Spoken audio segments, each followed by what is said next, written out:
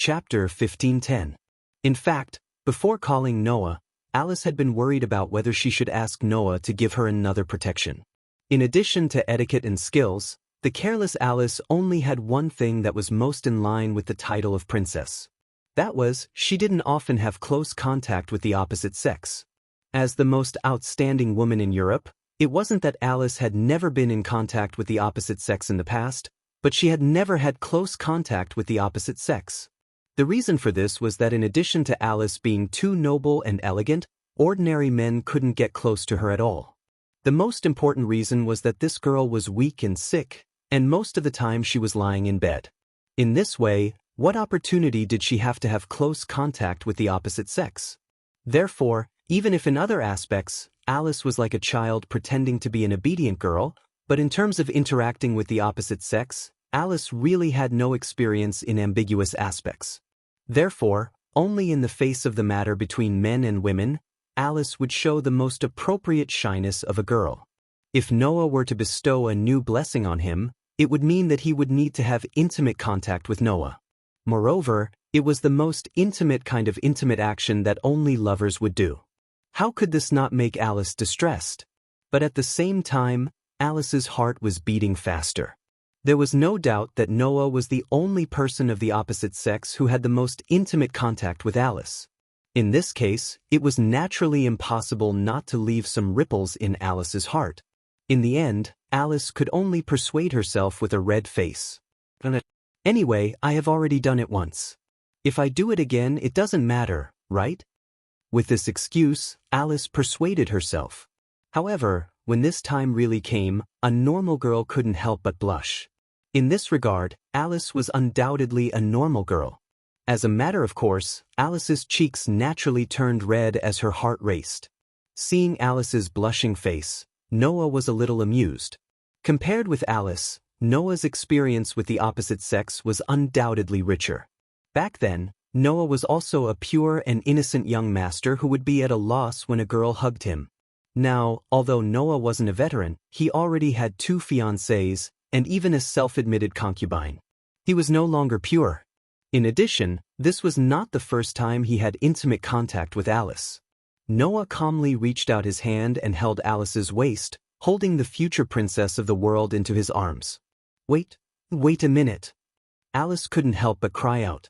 She blushed and lowered her head, her arms supporting Noah's chest. As expected, I still need some time to mentally prepare myself. You're only mentally preparing yourself now? Noah was speechless. Before you called me, you should have been mentally prepared, right? That's that, and this is this. Alice's face turned red as she tried to force logic. No matter what, you can't be anxious. Lord Noah, you need to be patient with a lady. Noah said with a smile that was not a smile. Then how long should you wait before you're mentally prepared? Alice was speechless. Let me think about it. Hearing this, Noah was really speechless. Mental preparation required time. Even thinking about when to be mentally prepared required time. How much time would it take? When would he be able to protect her? Although it was true that he couldn't be anxious and that he should be patient with a girl, he also needed to be tough when he needed to be tough. Otherwise, it would only make things worse. In this regard, Noah was naturally more experienced than Alice, and he could see it more clearly. Therefore, Noah chanted the spirit of words without any hesitation. I will use these words to provoke the gods in the sky. Exercise this magic, chant this spell, and make everything in the world bow and kneel. Suddenly, in Noah's heart, the stone plate at the center of the cosmic sea suddenly turned and pointed to the incarnation of the priest. Noah directly turned the energy in the energy source in his body into divine power. He let the divine power flow and refined it into the power of protection, which rushed to his throat. When she heard Noah chant the spirit of words, Alice knew what Noah was going to do. She panicked all of a sudden. Wait, Lord Noah. Ignoring Alice's pleas and panic, Noah directly reached out a hand and pinched Alice's chin. With a gentle force, he opened Alice's small mouth.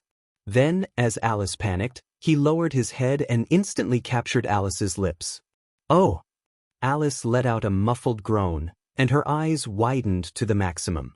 In the end, her eyes were completely moist and filled with water vapor. Under such circumstances, Noah directly pried open Alice's teeth and captured the tip of the princess's tongue. Tasting the princess's lips and tongue for the second time, Noah also felt very refreshed. But Noah was not intoxicated by it. While tasting the princess's lips and tongue with enjoyment, he also instilled the refined protection into Alice's body. Oh! Alice once again let out a muffled groan. But this time, Alice's voice did not have the flirtatious feeling of association. Instead, there was only the discomfort of having her whole body filled with a powerful power. It was different from the last time. Last time, Noah's authority had just been obtained and was not mature. Even the curse power in his body was only magic power. Although it was much more powerful than the average god slayer, it was still limited. This time, Noah's authority had already improved a lot after a long period of battle and self-enhancement. The power that drove the authority was divine power that could make the power of the authority even more powerful. In addition, the divine power was still endless, and the power output had also increased greatly under the strengthening of the sun's sovereignty. Naturally, compared to the last time, the difference could be described as heaven and earth. Therefore, the protection power that was several times or even dozens of times greater than the last time was poured into Alice's body, causing Alice's delicate body to bloom with an unprecedented bright brilliance. Chirp! After an unknown amount of time, the entangled man and woman finally released their lips. Noah and Alice, who was in his arms, looked at each other. One's eyes were unusually gentle, while the other's eyes were moist. Moreover, she was constantly panting, causing the atmosphere to have a touch of pink. Looking at Alice, who was gasping for breath, Noah said with a mocking smile, "How do you feel?" "Feel? What does it feel like? The feeling of kissing? Or the feeling of her body being healed?" Alice's pretty face became flushed again, but the sickly pallor was gradually fading away. That was the precursor to her recovery.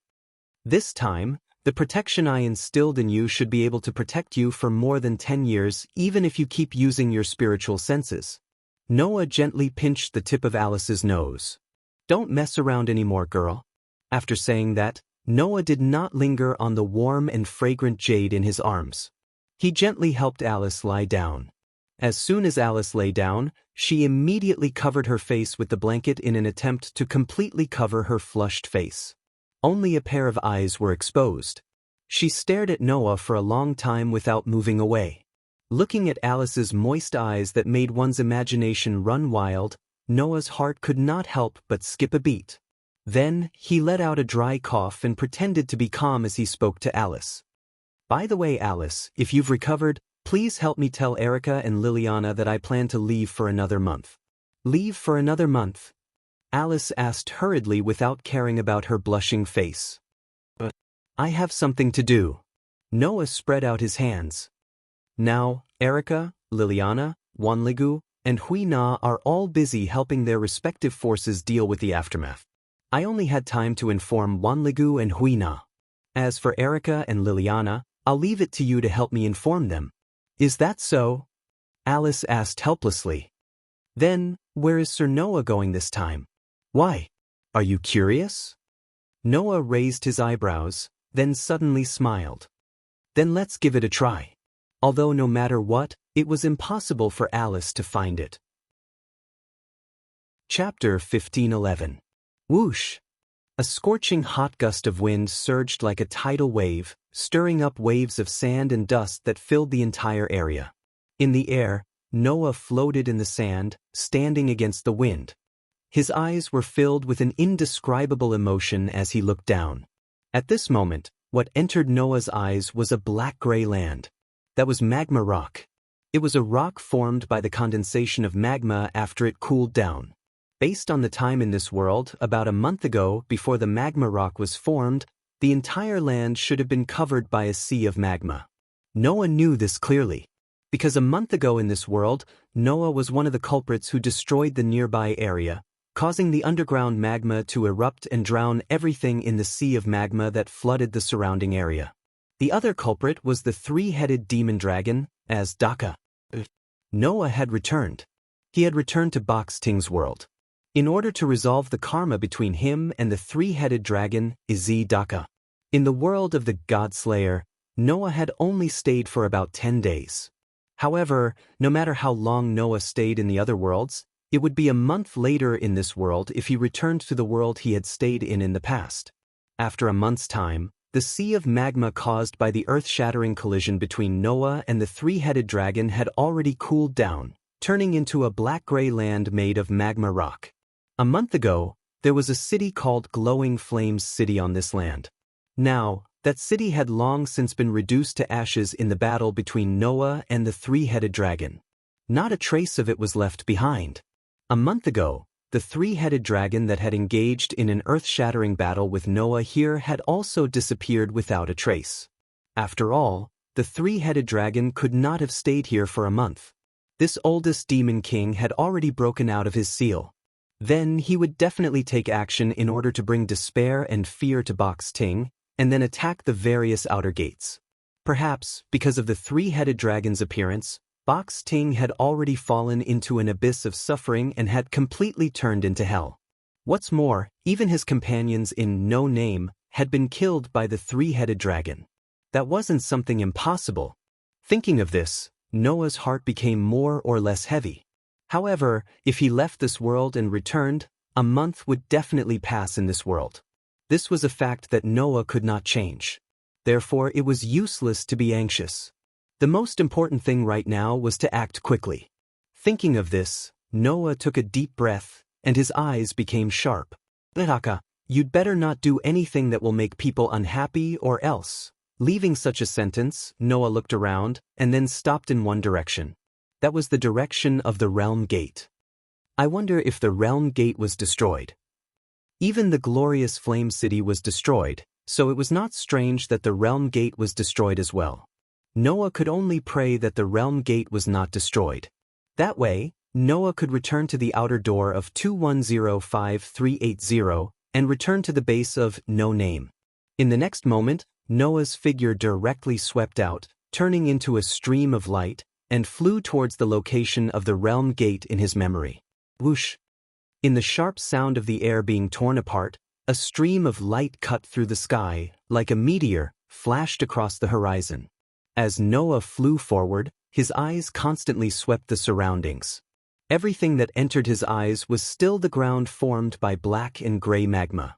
Back then, the collision between Noah and Daka had caused a large amount of magma to erupt, forming an ocean that had even surged to the horizon, before finally stopping after being intercepted by a mountain range. One could imagine how wide the area was. At least, on the way here, Noah had not seen anything other than the boundless magma ground. At a certain moment, Noah noticed a trace of strangeness on the ground and suddenly stopped. Then, Noah narrowed his eyes slightly, moved his body, and shot towards the ground. Roar, roar, roar, roar. A violent roar resounded on the black and gray ground.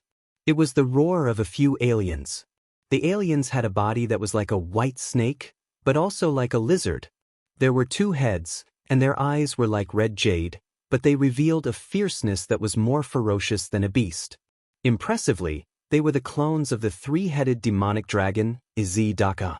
Moreover, judging from the murderous aura and ferocious aura emanating from these clones, they seemed to be the first-generation clones that were born directly from the blood of the 3-headed demonic dragon. In other words, these double-headed dragons were all at the level of deities. These twin-headed dragons were roaring violently while charging forward like unstoppable chariots. Taking a closer look, in front of these double-headed dragons, there was a figure. To be precise, it should be said that there were 2 figures. The owners of the figures, one of them was a monster that was flying forward at an extremely fast speed. The reason why he was called a monster was because he was like a ghost. He did not have legs, nor did he seem to have a body. There was only a light black cloth draped over his body, and his body floated in the air like a ghost. He also held a lantern with a burning flame in his hand, and on his head was a huge pumpkin head that was 10 times the size of a human head. That shape was very similar to the image of a Western jack-lantern. And on the back of such a jack-o'-lantern, there was a girl lying on her stomach. She was a young girl with 2 dark green ponytails, wearing a black and white gothic lowly skirt. She looked to be around 13 or 14 years old. However, the girl's expression was a little pale. Looking at the few aliens that were chasing behind her at an extremely fast speed, she shouted out in fear and annoyance. "Can't you think of a way?" Hearing this, the jack-o'-lantern, who was carrying the girl and flying forward at an extremely fast speed to avoid the pursuit of a few aliens, spat out a heavy and funny voice. "If it's only 1 or 2, I can still think of a way to deal with them. But with this number, although I can't say that there's no way, once I enter the battle, there's no way to take care of you. AI Xia, retreat is the priority here for the time being."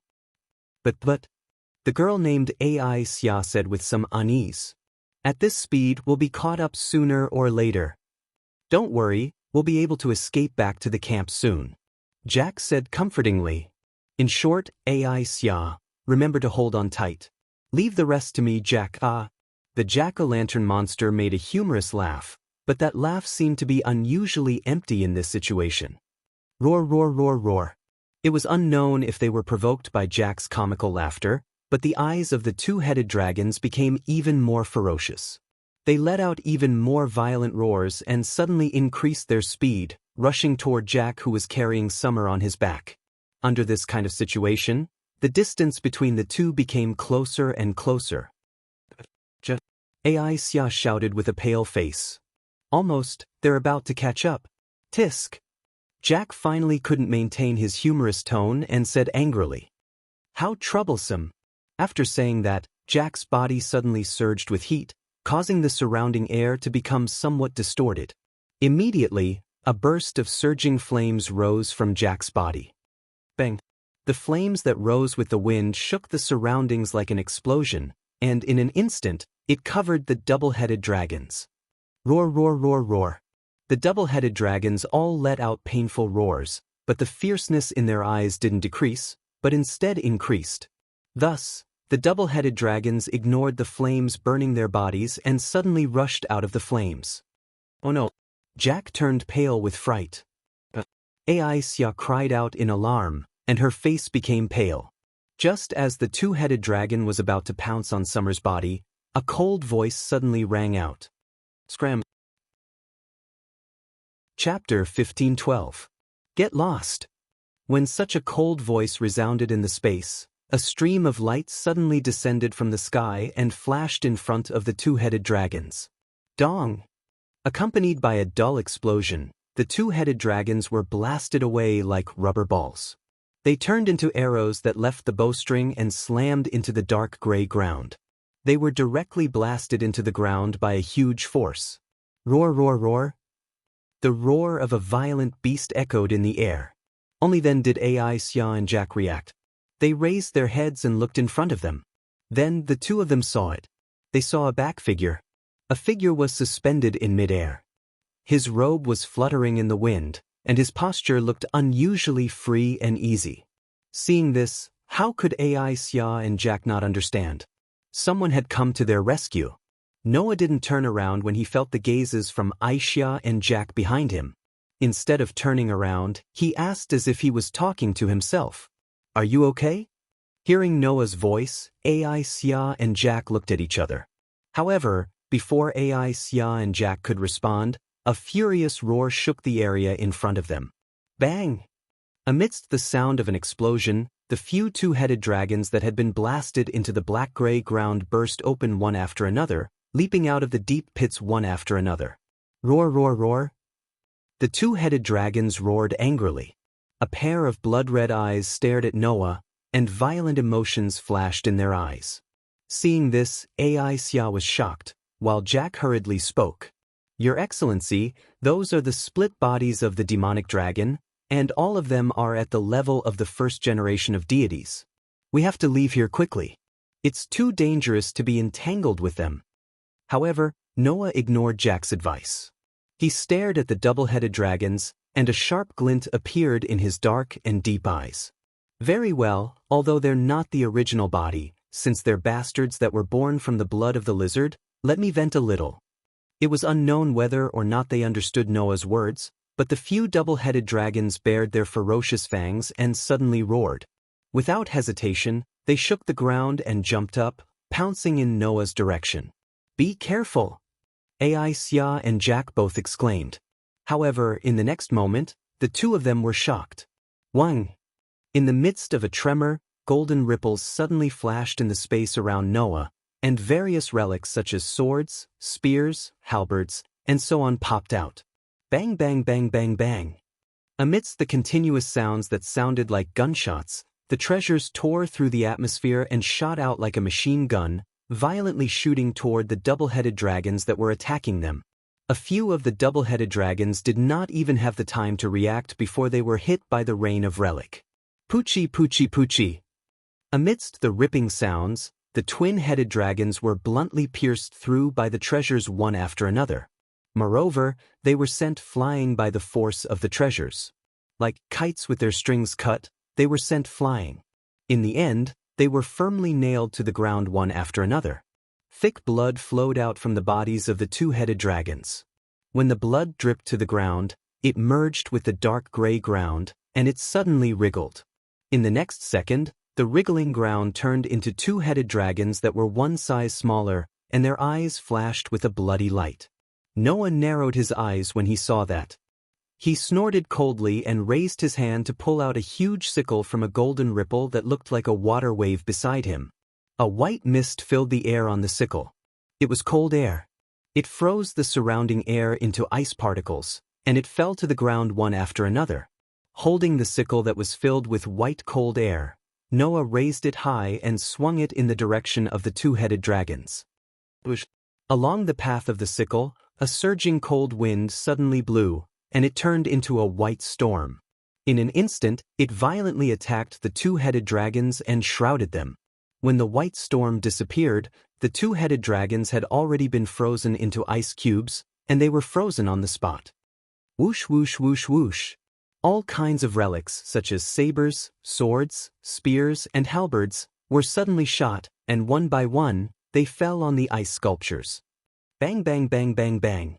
Amidst a series of explosions, the ice sculptures were directly shattered by the treasures one after another, turning into ice shards that filled the sky and fell to the ground. The whole place suddenly became quiet. The wave-like golden ripples that fluctuated around Noah suddenly shrank and disappeared between heaven and earth. However, the shock in Aisha and Jack's eyes did not disappear. Looking at the unusually tall figure that was floating in front of them, Aisha and Jack's hearts were in turmoil. How could the first-generation clone body of a deity be killed so easily? That was at least a 5-digit figure. To be able to kill such a group of god-level existences in an instant, only those who were ranked in the 4 digits could do it. The person in front of them was a 4-digit figure? The way Aisha and Jack looked at Noah had completely changed.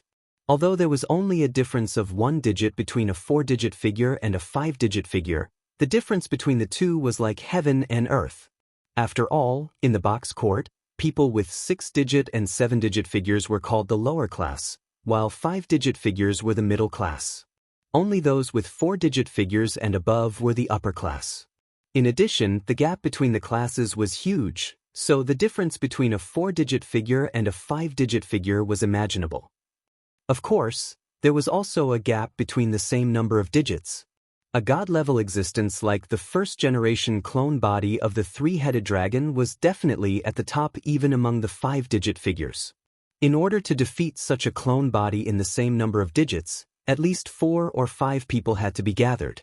If all of them were at the bottom of the 5-digit figures, it was estimated that even if 10 people were gathered, they might not be able to defeat a god-level clone body. From this, one could see how big the gap between the same number of digits was, let alone between the different number of digits. To be able to kill a group of god-level existences so easily, the person in front of them would probably be at the top even among the 4-digit figures, right? Noticing this, how could Aisha and Jack not change the way they looked at Noah? Of course, in addition to this, there was something else that shocked Jack. Those weapons just now. Jack's voice was a little hoarse. They should at least be bestowed weapons that simulate the godhead level, right? In various myths and legends, The bestowed weapons of the Godhead level were famous. Except for a few, the rest were basically unique. In view of this, many people had replicated these Godhead weapons. Some of the replicas were incomplete, but some were given a simulated Godhead, expanding the spirit to be close to the real thing. For example, the Black Rabbit's Vajra replica was a replica of the Vajra replica. It was given a replica of the Vajra replica, and its power output was maximized. It was extremely close to the real thing. It was because of the existence of such a Godhead weapon replica that Jack wanted to say that the bestowed weapons that he caught a glimpse of just now were all bestowed weapons that simulated the Godhead level. As for the real thing, Jack did not dare to think about it. Because, how could such a thing exist? Noah, who did not know the shock in Jack's heart, slowly landed on the ground, turned his head, and looked at Sia and Jack. Seeing the two of them staring at him blankly, Noah touched his nose and spoke somewhat tentatively. Are you guys okay? Only then did Sia and Jack realize what was going on. Sia looked at Noah's slightly handsome face, and recalled the scene where he killed the two-headed dragon at the god level with just a wave of his hand, and her pretty face turned a little red. Jack, who did not notice the change in Sia, introduced himself to Noah. Hello, I'm Jack from Will-O-Wisp. Thank you very much for saving us. Oh. Noah was a little surprised. Chapter 15:13. Will-O-Wisp. Noah had heard of this community before. It was said that it was a community that was established in recent years. Its base was located in the 678900 outer sect of the Northern District of Box Court, and it was ranked in the 6 digits. There were 3 reasons why this community was famous. 1. It was said that this community was the strongest community in the Northern District. Its leader was known as the strongest demon in the Northern District. He was a great demon born at the border between life and death. He could freely travel between the realms of life and death, and even had the ability to interfere with the realms. He was one of the best great demons in Box Court. 2. Although this community had enough fighting ability, it was not a community of fighters. Instead, it was a community that focused on manufacturing. They specialized in making all kinds of fine handicrafts and gifts. In terms of smelting technology, they were one of the best in the lower levels. They were very famous in the lower levels. 3. This community was dedicated to guiding the souls of the innocent who had lost their lives and saving them. Especially the souls of children who had died prematurely, they would adopt and take care of them. It had the feel of a charity organization. Due to the above 3 reasons, the community known as Will-O-Wisp was quite famous in the lower levels of the 6 and 7-digit society. Even in the 5-digit society, there were quite a few people who had heard of their name. For no name, who could only stay in the lower levels of the 7 digits, such a community was more or less necessary to know. Noah was no exception. Therefore, when he found out that Sia and Jack were members of Will-O-Wisp, Noah was a little surprised and immediately had a good impression of them. You are the community that specializes in adopting the souls of the innocent children who had lost their lives, right? Noah suddenly smiled. I have been looking forward to meeting you for a long time. I have always wanted to say hello to you if I could meet you. Jack was a little surprised. Sir, have you heard of our community? Of course. Noah nodded. In the past, in order to adopt a group of innocent children, I established a guild, which is a community. I know how hard it is, so I have always wanted to meet you. So that's how it is. Jack was a little happy. It seems that Sir is also a person who loves children. That's great. It's not love, Noah said awkwardly. I just feel that I can't just sit back and do nothing. I'm being a busybody, right? No. How can this be considered meddling in other people's business? Jack said with a grin. With such noble conduct, even a saint cannot criticize you. If anyone thinks that you are meddling in other people's business, I, Jack, will be the first to not forgive them. Although Jack said this sentence in a relaxed and joking tone, Noah clearly found a trace of determination and resoluteness in it. Obviously, Jack was speaking from the bottom of his heart. Right, let me introduce you to my companion. Jack floated to the side and spoke to the girl beside him. Love summer. Yes. The girl named Aisha seemed to be frightened. She stood at attention and stuttered to Noah. I'm Willow Wisps Asha Ignafardes. Nice to meet you. Ah. Noah smiled unnaturally. There's no need to be so nervous. Seeing the helpless and bitter smile on Noah's face, Aisha's pretty face actually blushed again. She lowered her head and softly agreed. Jack was a bit confused. Aisha, what's wrong? No, nothing. Aisha blushed and shook her head. I'm fine. Oh? Jack looked at Aisha's blushing face and thought of something.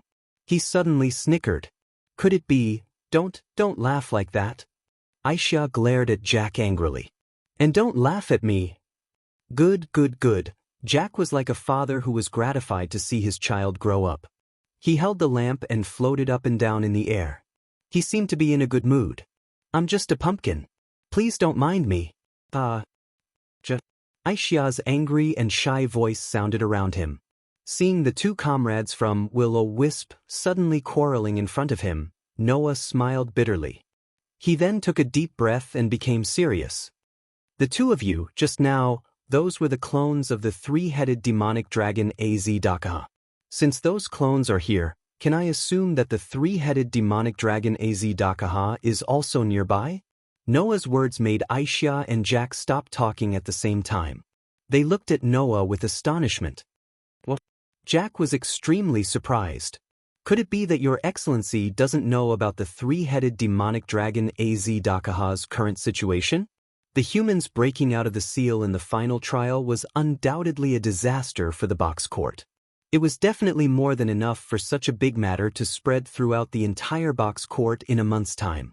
Under these circumstances, it was really surprising that there were still people who didn't know about Az-Dakaha's situation. My apologies. Due to some reasons, I left the box court and only returned today. Noah looked at Jack very seriously. So, could you please tell me what the current situation is? So it's like that. Jack suddenly understood. Of course, no problem. At this point, Jack's tone changed again. However, it's not very safe here. New clones could appear at any time. Your Excellency, please follow us to the camp first. We'll talk on the way. Camp?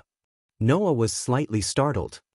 In order to deal with Az-Dakaha, the rulers of the East, South, and North regions and various communities have gathered here to form an alliance to fight against the oldest demon king. Jack explained. Currently, the rulers and communities have all gathered in a city. That is our camp. Is that so? Noah finally understood. I understand. Then let's talk on the way. Jack nodded with a chuckle. Only Aisha secretly glanced at Noah from time to time. Her pretty face blushed from time to time, looking like a young girl who was in love. Presumably, Noah didn't expect this either, right? A hero saving a beauty was indeed the best way to capture a girl's heart. A month ago, the human's final trial, Az-Dakaha, broke out of the seal and sunk the entire Blazing Flame City into a sea of lava, completely destroying it. Blazing Flame City was the base of Salamandra. However, Salamandra was blown out of Blazing Flame City by the tornado that Az-Dakaha casually created when he broke out of the seal. Moreover, before that, Salamandra had already dismissed all the residents of Blazing Flame City. Therefore, miraculously, Az-Dakaha's escape did not cause a huge casualty in the first place. According to Salamandra, it was because a human named No Name had stood up and blocked Az-Dakaha that the residents of Salamandra and Blazing Flame City were able to evacuate in time without being hurt. However, that human hero did not come out unscathed in the end. At that time, although Salamandra was blown away and was not in Blazing Flame City, there were many people who witnessed the battle between that human hero and Az-Dakaha. It was said that the battle between the two caused the sky to fall and the earth to split. It destroyed Blazing Flame City, destroyed the earth, and ignited the underground magma, causing the sea of lava to be born. Everything in the vicinity sank into the magma and was destroyed. In the end, when everything calmed down, that human hero did not appear again. Only Az-Dakaha, who was seriously injured and whose heart was exposed, flew out of the sea of lava. Therefore everyone thought so. The human hero who blocked the oldest demon king had been sacrificed. Sacrificed? Noah was speechless. Chapter 15:14. During the battle with Izidaka, Noah was attacked by the resurrected three-headed dragon due to his carelessness. As a result, he was severely injured and fell into the sea of lava. At that time, because it had returned to Noah's hands, the world fragment that Noah had dug out from Azidaka's body along with his heart had become active. Using the factor of returning to Noah's hands, Noah had triggered the condition to return to the between worlds. Because of this, in the end, Noah did not lose his life in the sea of lava. Instead, he was transported to the world of the God Slayer. In that case, naturally, no one would discover Noah's whereabouts. Naturally, it was not strange to interpret Noah as a sacrifice. However, Noah did not expect that in a month's time, he would become a so-called human hero. Therefore, Noah was really speechless. Seeing Noah's speechless expression, Jack thought that Noah felt that it was a pity and could not help but sigh. I can understand what you're thinking. A human hero who was able to severely injure Azidaka to the point of exposing the weakness of his heart actually died in a battle with the oldest demon king. It's truly a pity. That's right. Ai Xia nodded in agreement. If that hero did not challenge the demon king alone, as long as we work together with the current rulers, we might be able to defeat Azidaka. It's not impossible to defeat Azidaka, Noah replied almost reflexively. The real problem is whether we can defeat the human in the final trial. That's the real problem. Jack was puzzled. What does that mean? It means that although Azidaka is very strong, it is not impossible to find a way to defeat him in the box, Noah said. The problem is that even if we defeat him, he'll be resurrected immediately. If we don't solve the mystery of why the lizard transformed from an evil god in the fire worship sect into a human in the final trial, we won't be able to defeat him at all. In fact, it was precisely because of this that Noah felt troubled. Originally, Noah wanted to continue exploring the riddle of the final trial in other worlds. However, he later realized that it would not work at all. The concept of the final trial only existed in this world. In the other worlds, Noah couldn't find a single clue about the final trial of the human race. Since there was no clue, how could he solve the riddle of the final trial? It was because of this that Noah wanted to return to this world. Only in this way could he hope to solve the riddle. Of course, Ai Xia and Jack did not know about this. Therefore, when they heard Noah's words, they looked at each other in dismay. Only then did Noah notice the difference between the two of them. He laughed dryly and changed the topic. Then, after that human hero sacrificed himself, what happened? After that, in order to recover from his injuries, the three-headed dragon Azidaka did not immediately attack the box court. Instead, he hid deep in the mountains and attempted to recover from his injuries, Jack explained. However, at that time, Salamandra had already spread the news that Azidaka had broken out of his seal and asked for help from the South and East districts. Therefore, the rulers of the South, East, and East districts all gathered together and called for a community that had the ability to suppress the demon king to discuss countermeasures. However, if the final trial of the humans was so easy to deal with, then the entire box court would not be so fearful of him. Hence, before they could come up with a countermeasure, Azidaka, who had fully recovered from his injuries, once again appeared. He slaughtered his way into the nearest outer door and launched a terrorist attack. In order to prevent this tragedy from happening, the rulers of the various districts immediately joined forces with the communities of the various districts to fight Azidaka. That battle could only be described as tragic. Countless people fell one after another under the three-headed dragon's fangs and claws, completely losing their lives. In the end, even if they joined forces with the rulers of the eastern, southern, and northern regions, as well as the experts of the various large communities, they were still unable to shake the most ancient demon king. Under Azidaka's violent attacks, they suffered heavy casualties.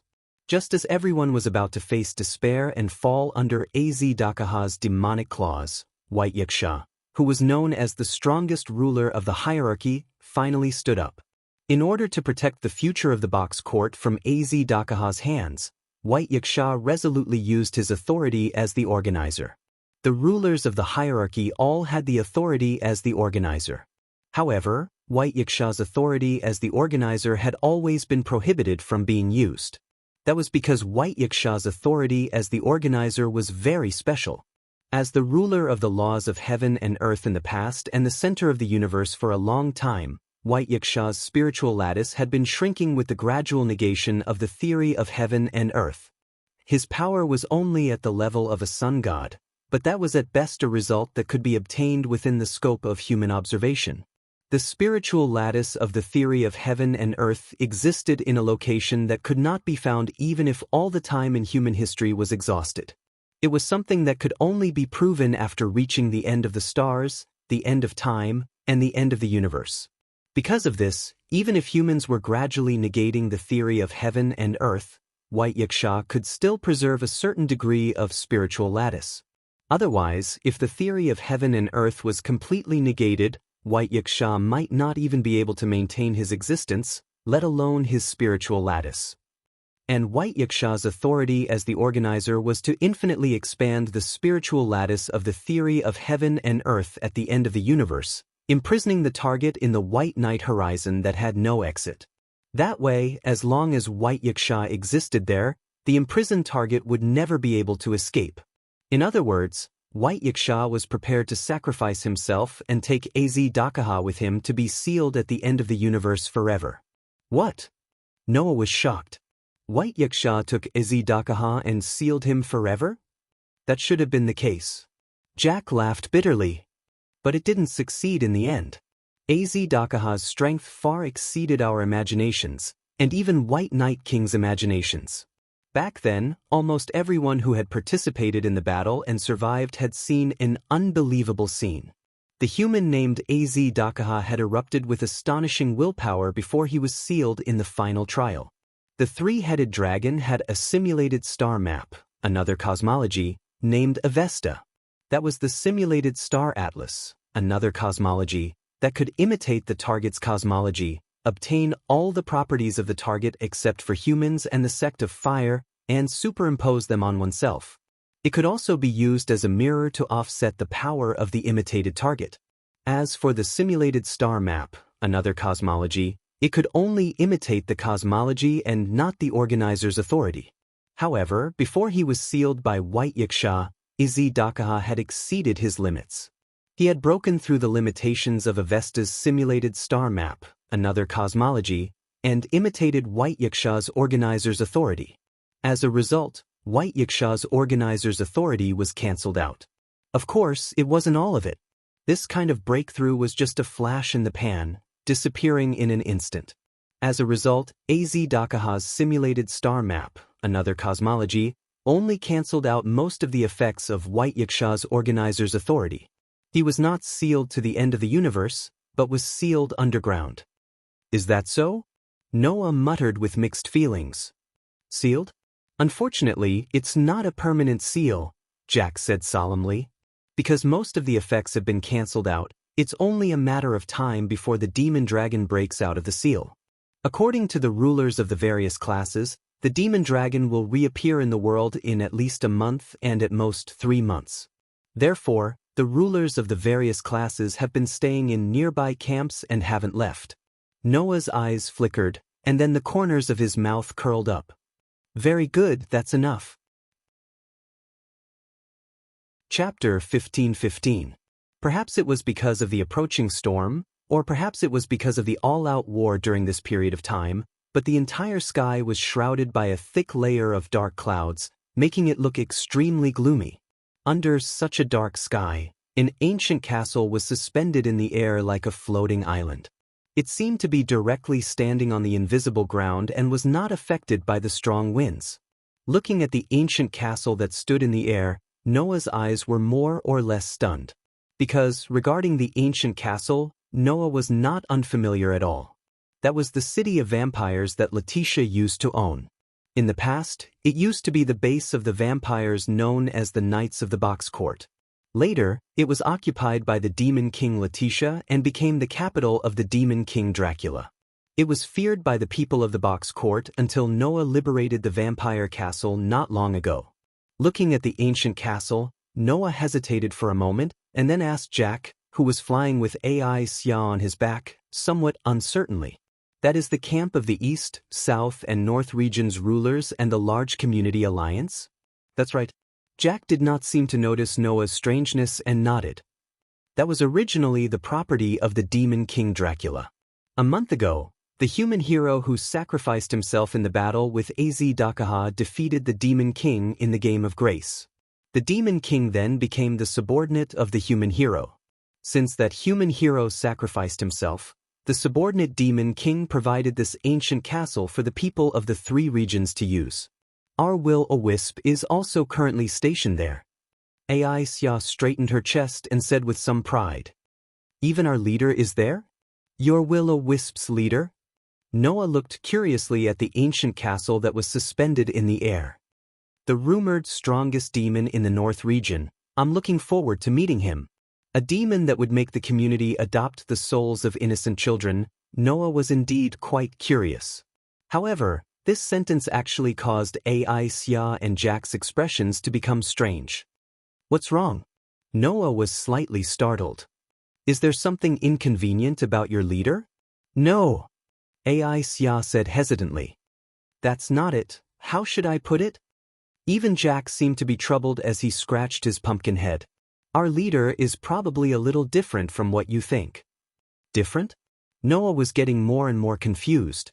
However, seeing how Aisha and Jack were stammering as if they didn't know how to describe it, Noah tactfully didn't continue to ask and instead changed the topic.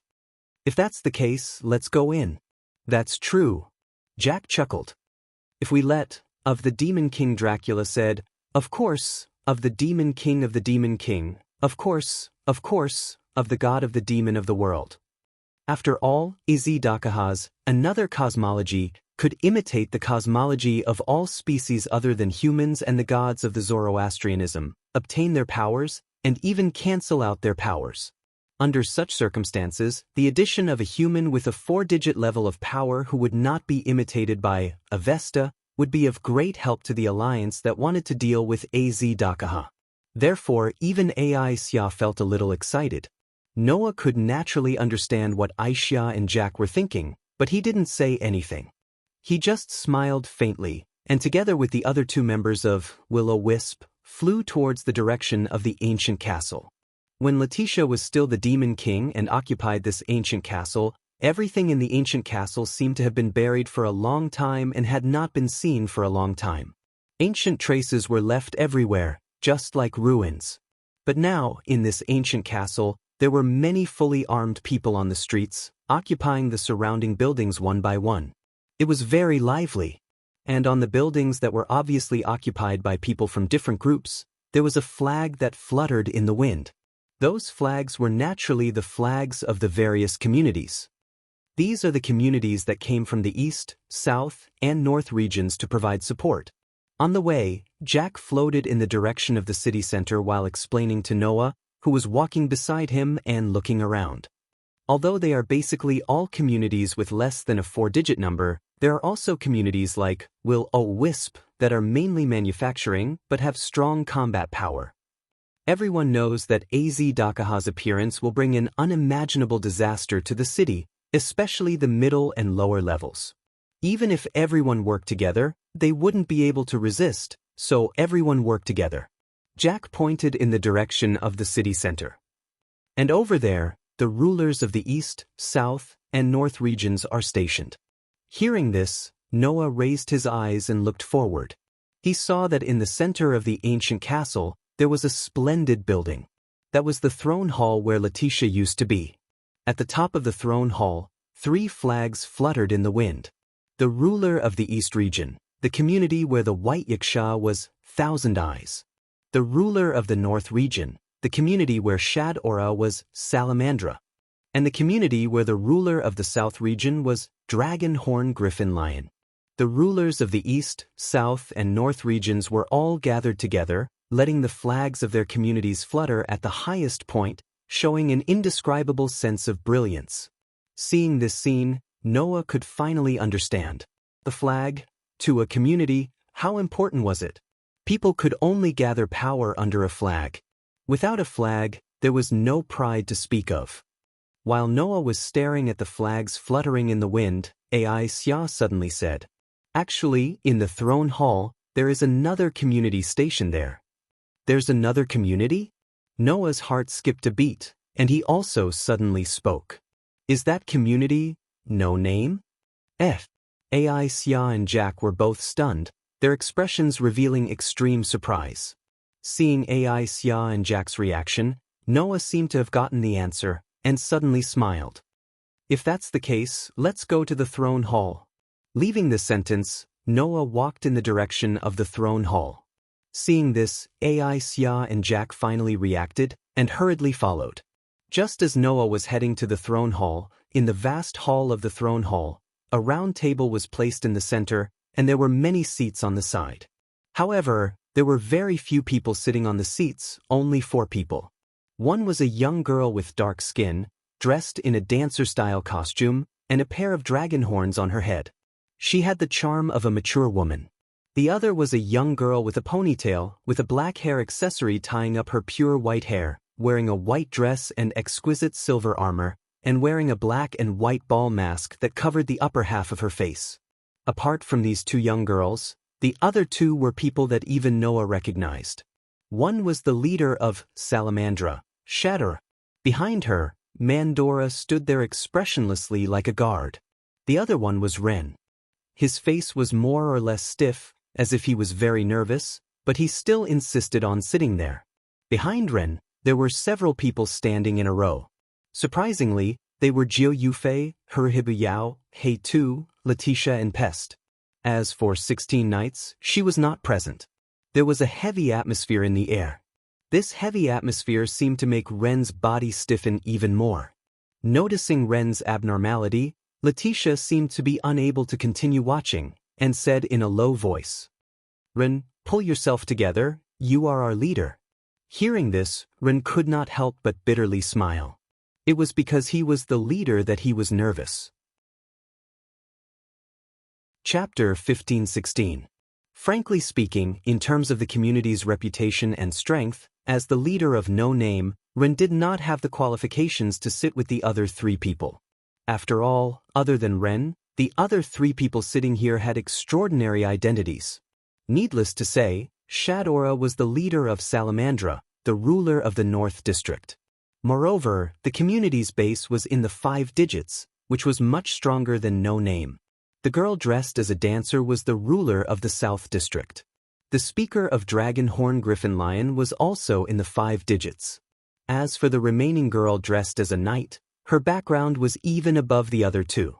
It was mentioned before that in the box, the sun sovereignty that represented the most Asura gods and Buddhas and had the most important position was divided into 24. Among them, as the star spirit of the sun, the demon king White Yaksha, who had once represented the heavenly movement theory to dominate all the universes and become the center of all cosmology, only held 14 of them. Meanwhile, of the remaining 10 sun sovereigns, 6 were held by someone who similarly had the deepest connection to the sun. Even though she was a 3-digit number, she was an exceptional existence, able to stand on equal footing with the White Yaksha, someone who was revered as a queen by others. That queen was called the Queen of Halloween. This knight was the favorite of the Queen of Halloween. In other words, this girl was the subordinate of the Queen of Halloween, who was an exceptional existence even among the 3 digits. This time, it was the Queen of Halloween who sent this girl as her representative to participate in the crusade against Az Dakaha. Therefore, even the 2 rulers of the 5-digit ranks did not dare to slight the Queen Knight. Compared to these people, how could No Name, who had no flag and no name, and whose base was at the bottom of the box, have the qualifications to sit with them? Therefore Ren felt nervous. Not knowing if it was because she saw Ren's nervousness, the girl dressed as a dancer smiled sweetly. "Don't feel restrained, Ren. You have the qualifications to sit here." "Sister Sarah is right." Shadora also showed an innocent and cute smile, but then she became serious again. "This castle belongs to a member of your community, and a member of your community sacrificed himself to protect Salamandra and the residents of Blazing Flame City from Aziz Dakaha. Based on this alone, as the leader, you can sit here. Sandora's words made Ren's stiff expression disappear, replaced by a gloomy expression. It wasn't just Ren. Even Jiao Fei Niao and Kasuga Biao's faces turned dark. Black Rabbit's eyes turned red, and she almost cried. Only Letitia and Pest raised their heads to look at Shadora. Didn't I already say that? Letitia said with certainty. Master is not dead. How could that fellow possibly die? Pest curled her lips. The subordination contract between me and Letitia still exists. This is the best proof. I've said this many times, haven't I? Sarah, the leader of the Southern District, opened her mouth slightly but didn't say anything. Actually, this didn't prove anything. Although Letitia and Pest firmly believed that Noah was still alive if the subordination contract in their bodies still existed, it was also possible that the subordination contract had been transferred to someone else. That wasn't anything strange at all. In the box court, the game of favor was everything. Regardless of whose subordination contract it was, if the subordination contract was used as a wager or prize in the game of favor, the subordination contract would be transferred to the victor. Of course, Noah wouldn't use Letitia and Pest as a wager or prize in the game of favor and then lose the two girls. But apart from this, there was another method of transferring subordination contracts. That was, when the master belonged to a community, once the master died, the subordination contract might be automatically transferred to the community that the master belonged to, and the master would become the possession of the community. Letitia and Pest might very well be in such a situation. Thus, even if the subordination contract between them still existed, it wouldn't prove anything. Because of this, apart from Letitia and Pest, Jio Yuasuka, Kasuga Yaori, Black Rabbit and the others all believed that Noah had met with a disaster. Because of this, the already heavy atmosphere in the room became even heavier. Ren had no choice but to pull himself together and become serious. Everyone, thank you very much for allowing me to sit together with you. This is something that my companions fought for me. Thus, I will do my best to make myself useful. Please begin the meeting. Sarah and Shadora both smiled and nodded. Even the Queen Knight raised her head. Then, let me first report the current situation to everyone. Sarah looked around. Not long ago, in the battle between us and AZ Dakaha, although the Eastern District's hierarchy ultimately sealed the Demon King and brought the battle to an end, there were two repercussions from that battle. One is that because Lord White Yaksha used his authority as the organizer to seal the Demon King, once he leaves the location of the seal will automatically be undone. Thus, he can only stay there and can't discuss countermeasures with us, Sarah said. The other is that in the battle with the Demon King, although we didn't defeat him, we made him bleed a lot and split him into many clones. Those clones have been wreaking havoc nearby. Speaking up to this point, Sarah took out a map and spread it on the table. I've already asked many communities to send people outside to investigate the situation of the Demon Dragon's clones. Now, apart from the area that Will-O-Wisp is in charge of in the North District, the other communities have confirmed the location of the Demon Dragon's clones. Everyone immediately turned their gazes to the map. At this moment, the Queen Knight spoke. Do you plan to destroy these clones? That's right. Sarah immediately nodded. The threat of the Demon Dragon's clones is already very great, especially the first generation, which is at the level of a god. If they are allowed to wreak havoc and divide, perhaps, the incident of the East District being attacked by a large number of Demon Dragon's clones will happen again. Everyone suddenly fell into deep thought. 200 years ago, in the battle to seal AZ Dakaha, it was because the ruler of the hierarchy at that time did not destroy the clones that split from the three-headed dragon in that battle that caused those clones to spread to every corner of the city and continue to multiply.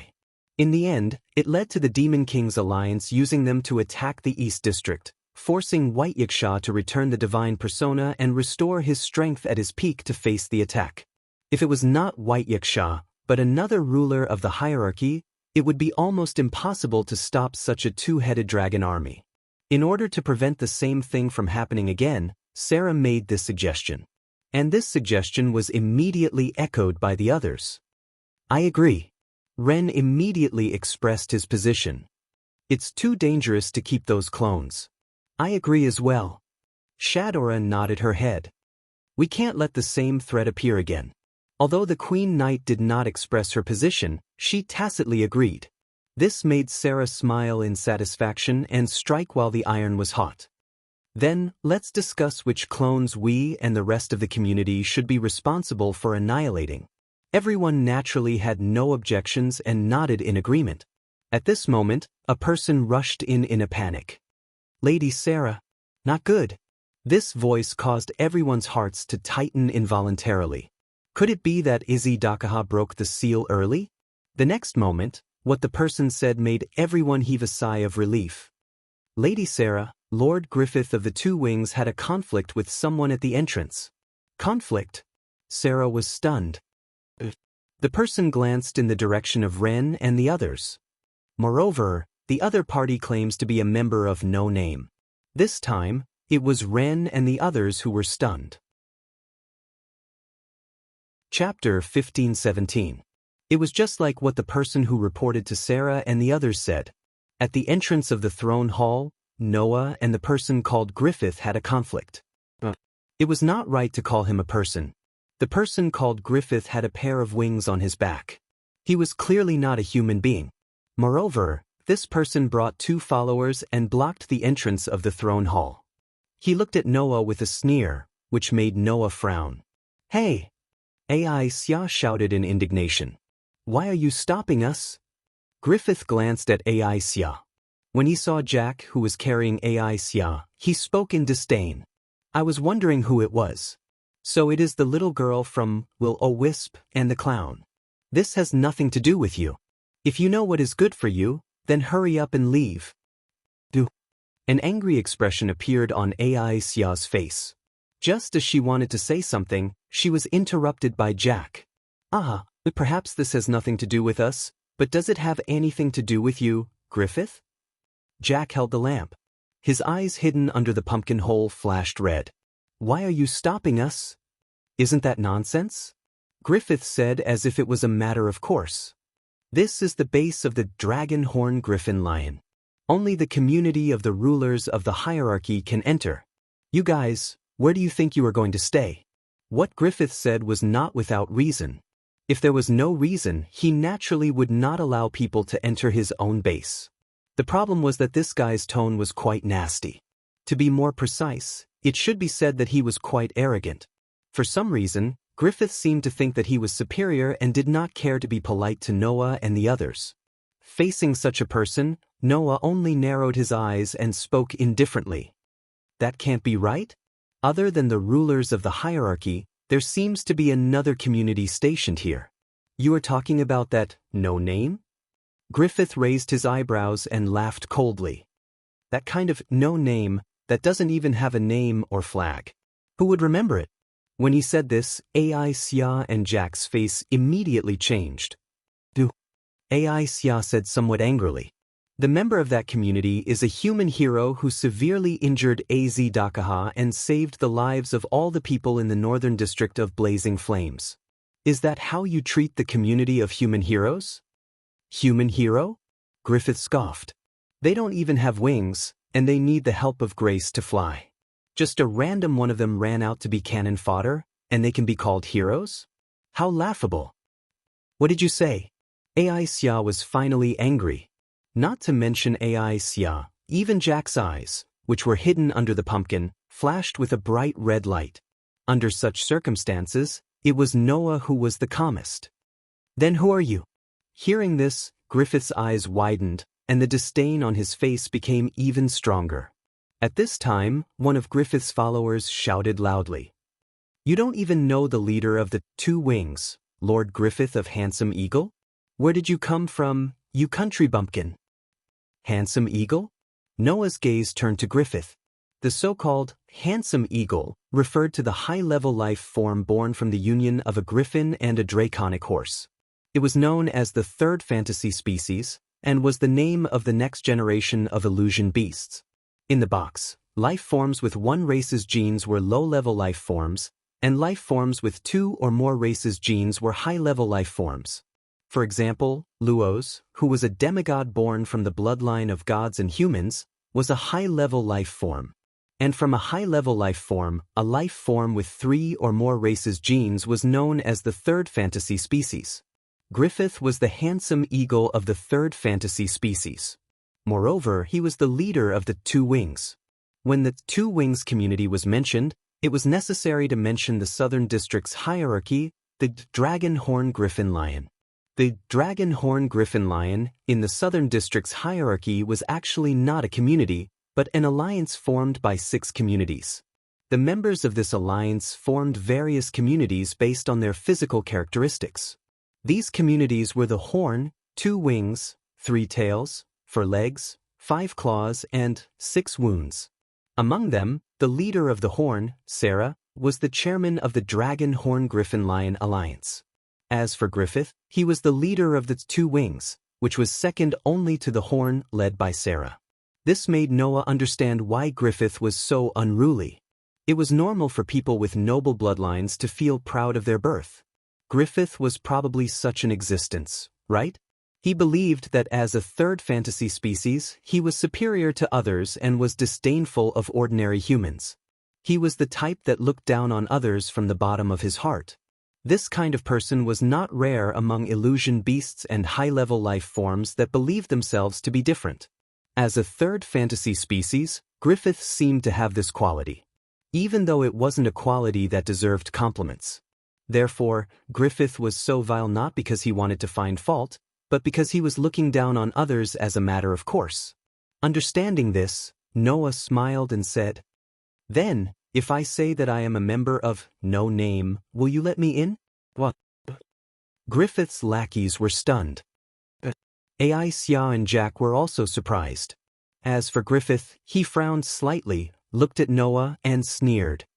"So that's how it is, it's that lowly race in the nameless community again. I have long been unhappy that a mere No Name is stationed in the same place as us. If you want to go in, then come and try." After that, Griffith said to his 2 lackeys, "Let's go.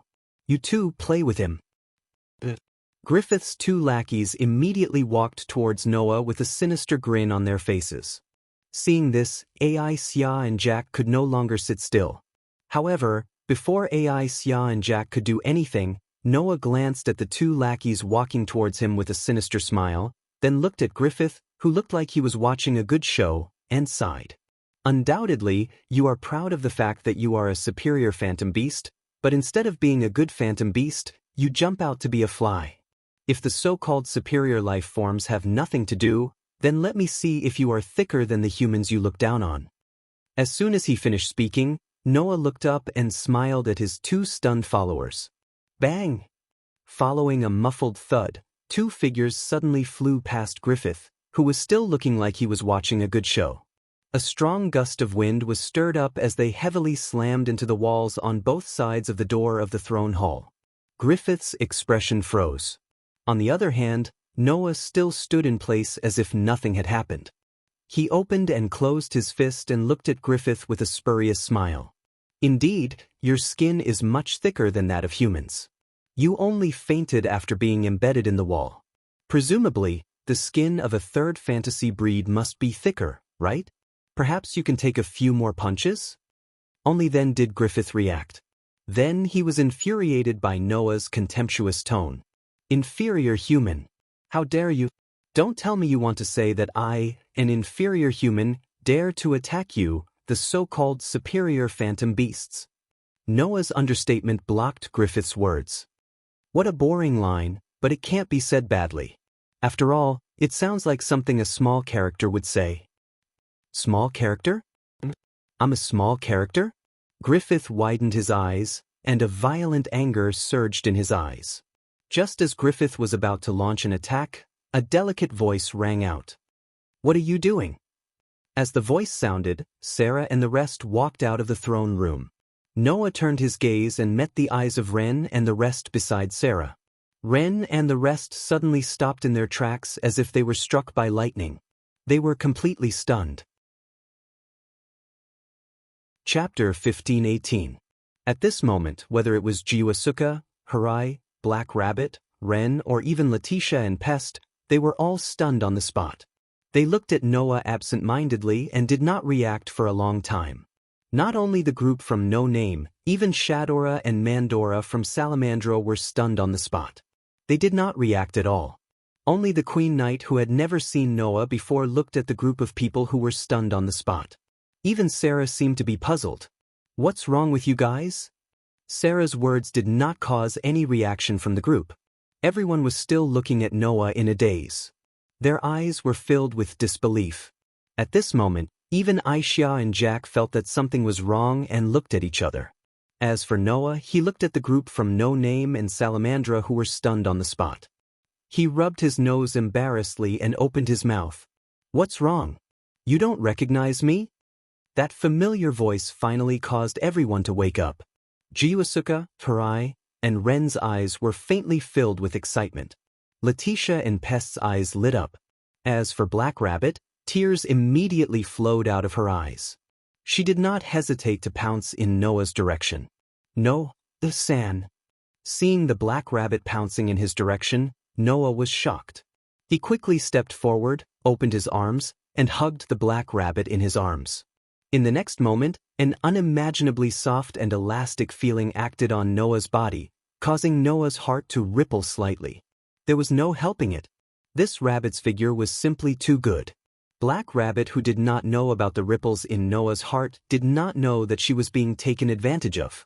She was crying and laughing as she hugged Noah's neck, jumping up and down continuously. "Noah-san? You didn't die?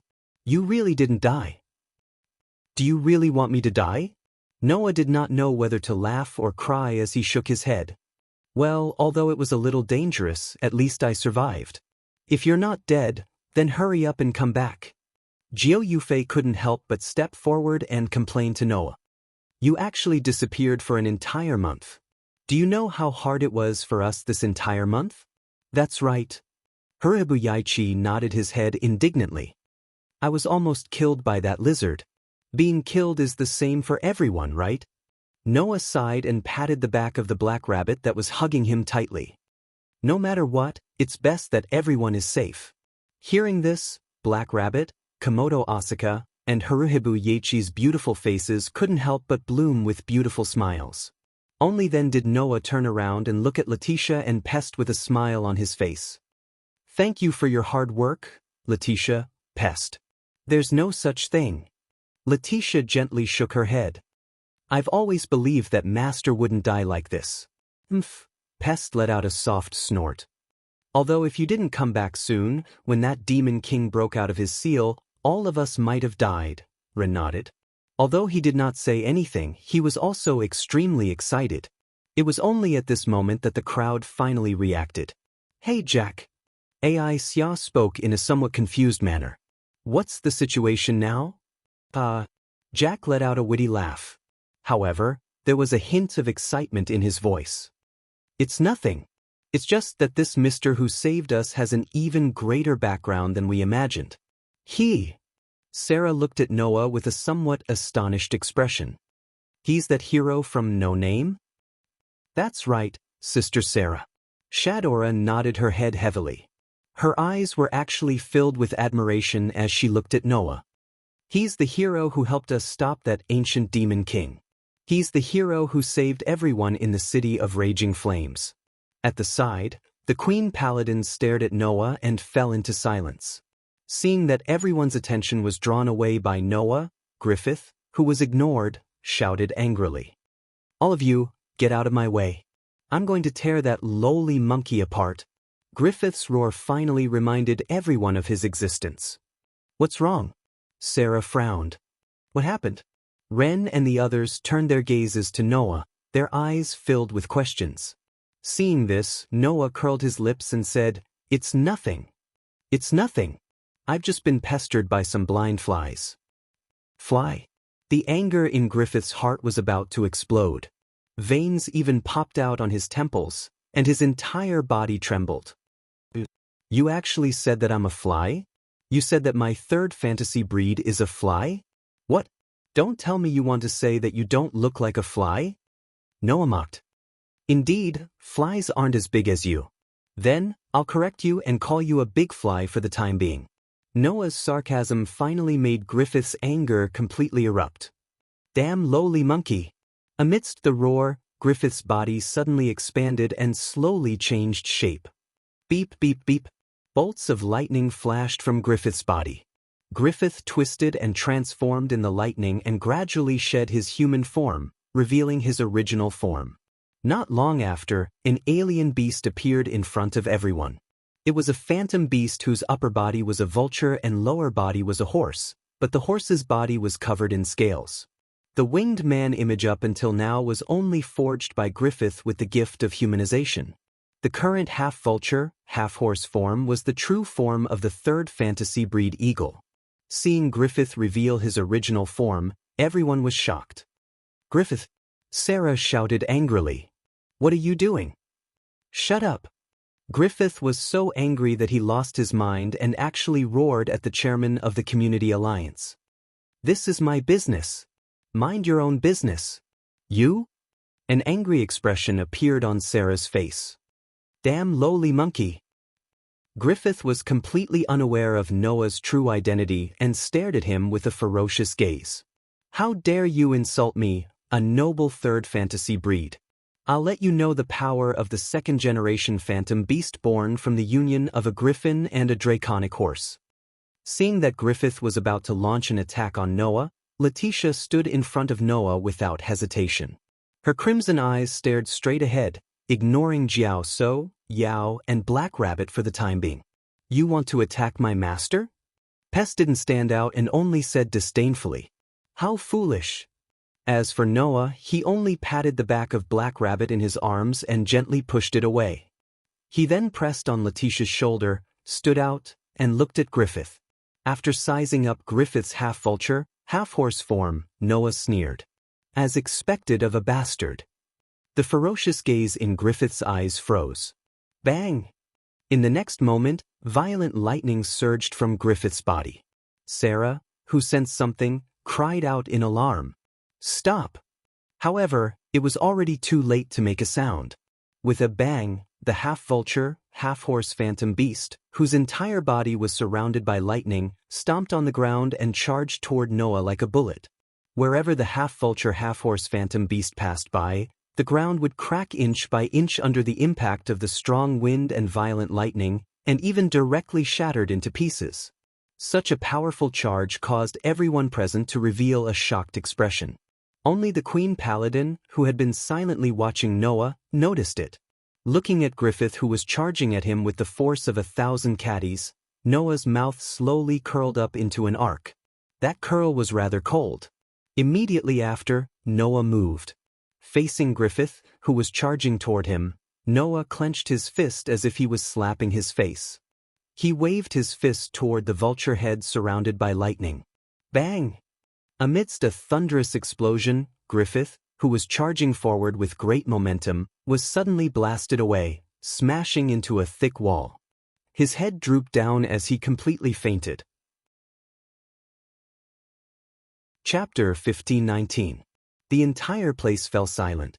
Everyone looked at Griffith, who had been sent flying by a punch and smashed into the wall, completely unconscious.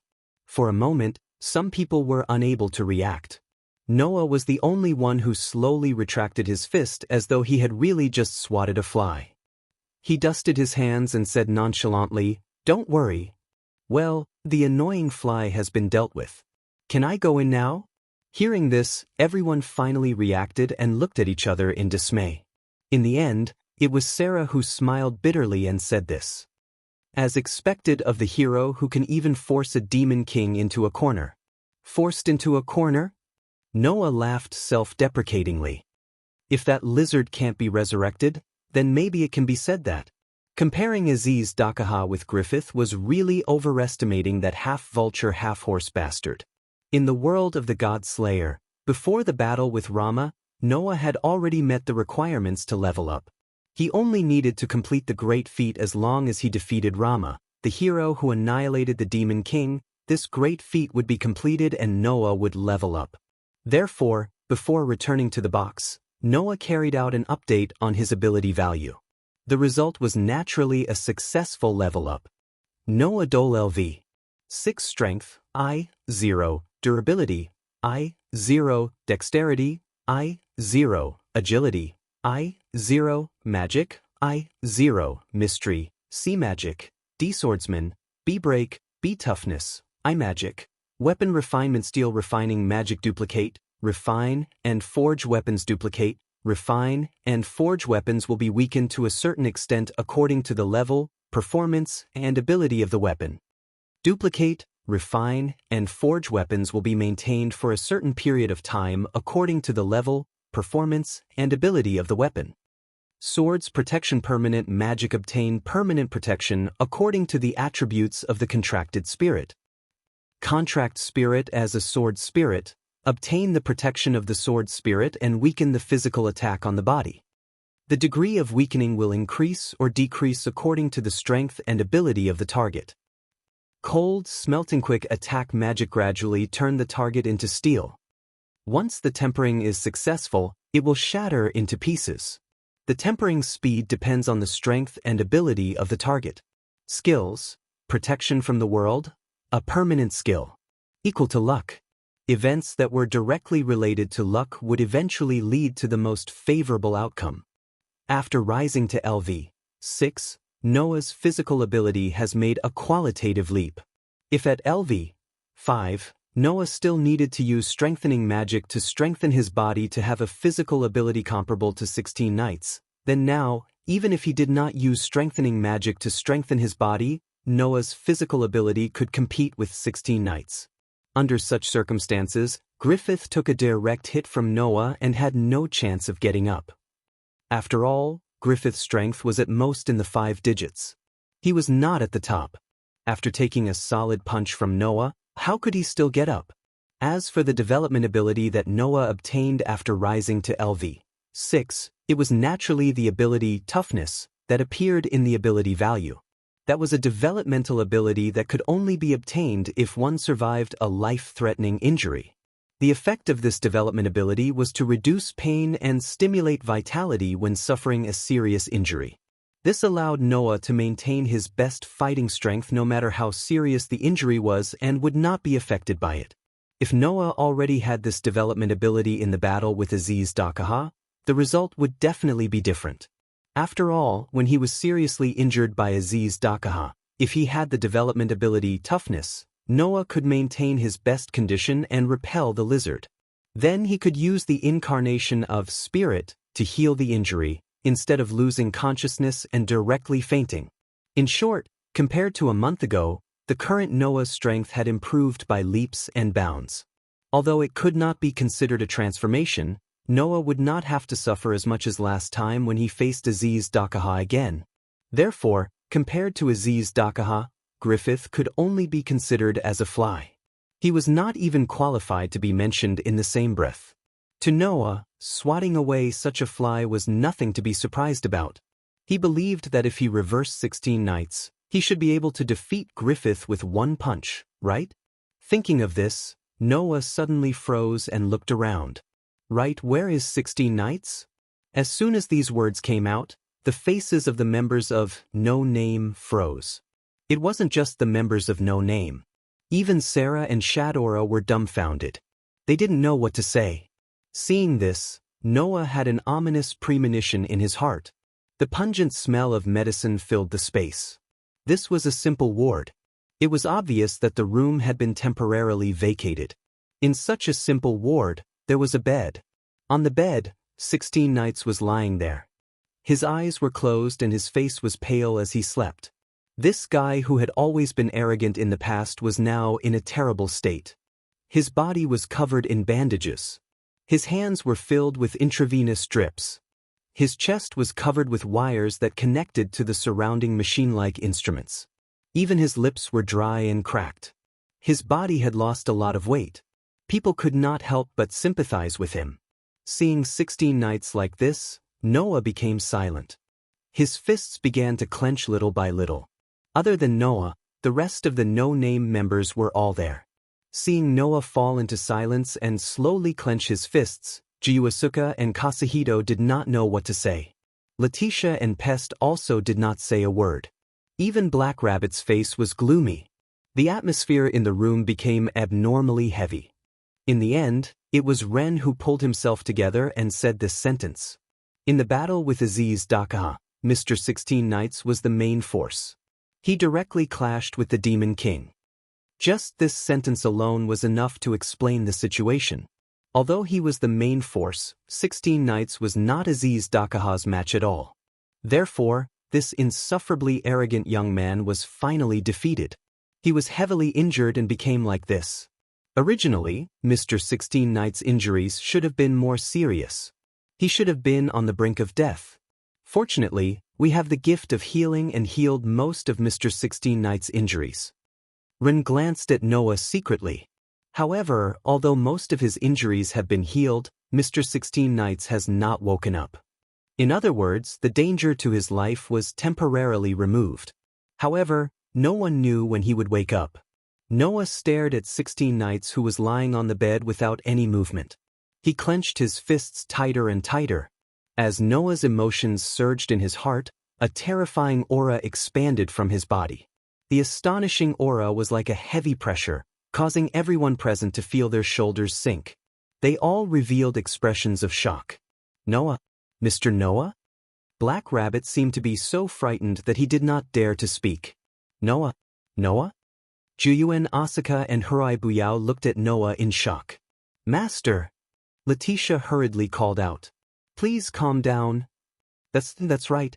Pest muttered in a somewhat flustered manner. Even if you want to flip out, you should do it outside. Don't do it here.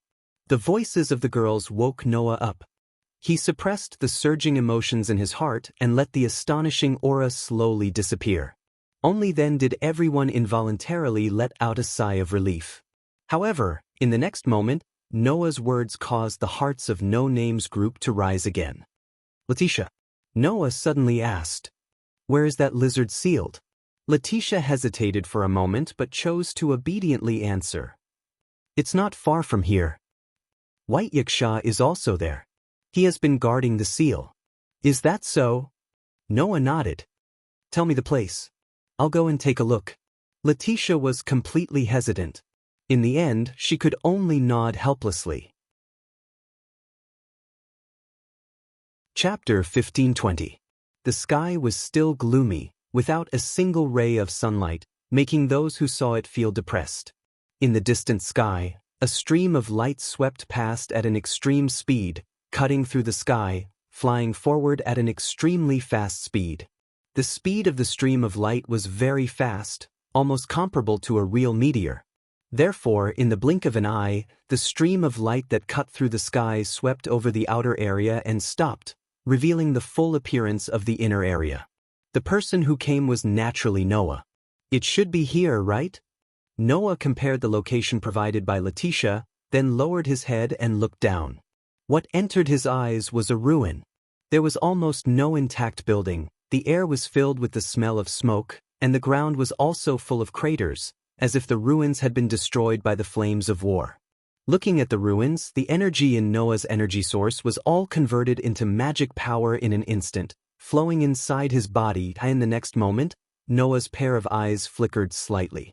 That was the sign of the activation of Enhance Magic.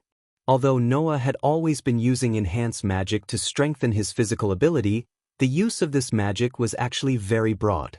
If used on a fan, it could strengthen the wind. If used on a light bulb, it could increase the brightness. If used on a wooden board, it could increase the hardness. If used on a sword, it could become sharp. And if used on the eyes, the vision would be strengthened. At this moment, Noah's vision was almost improved to the level of an eagle's eye, sweeping across the ruins below, and finally stopping at a place. It was a square. A very vast square that looked like it had just been opened up. This square was the only area in the ruins that looked like nothing had happened, and everything was intact as usual. In such an area, a woman with waist-length silvery hair that was as soft as moonlight was sitting cross-legged there. She gave off the illusion that her hair was shining like sunlight. The woman's head was pierced with a bell hairpin, and she was wearing a purple and white kimono. Her appearance was picturesque, but her temperament was quite elegant. From her appearance, This beautiful woman's age was about 20 years old. The person Noah was looking for, in his memory, only had the appearance of 11 or 12 years old.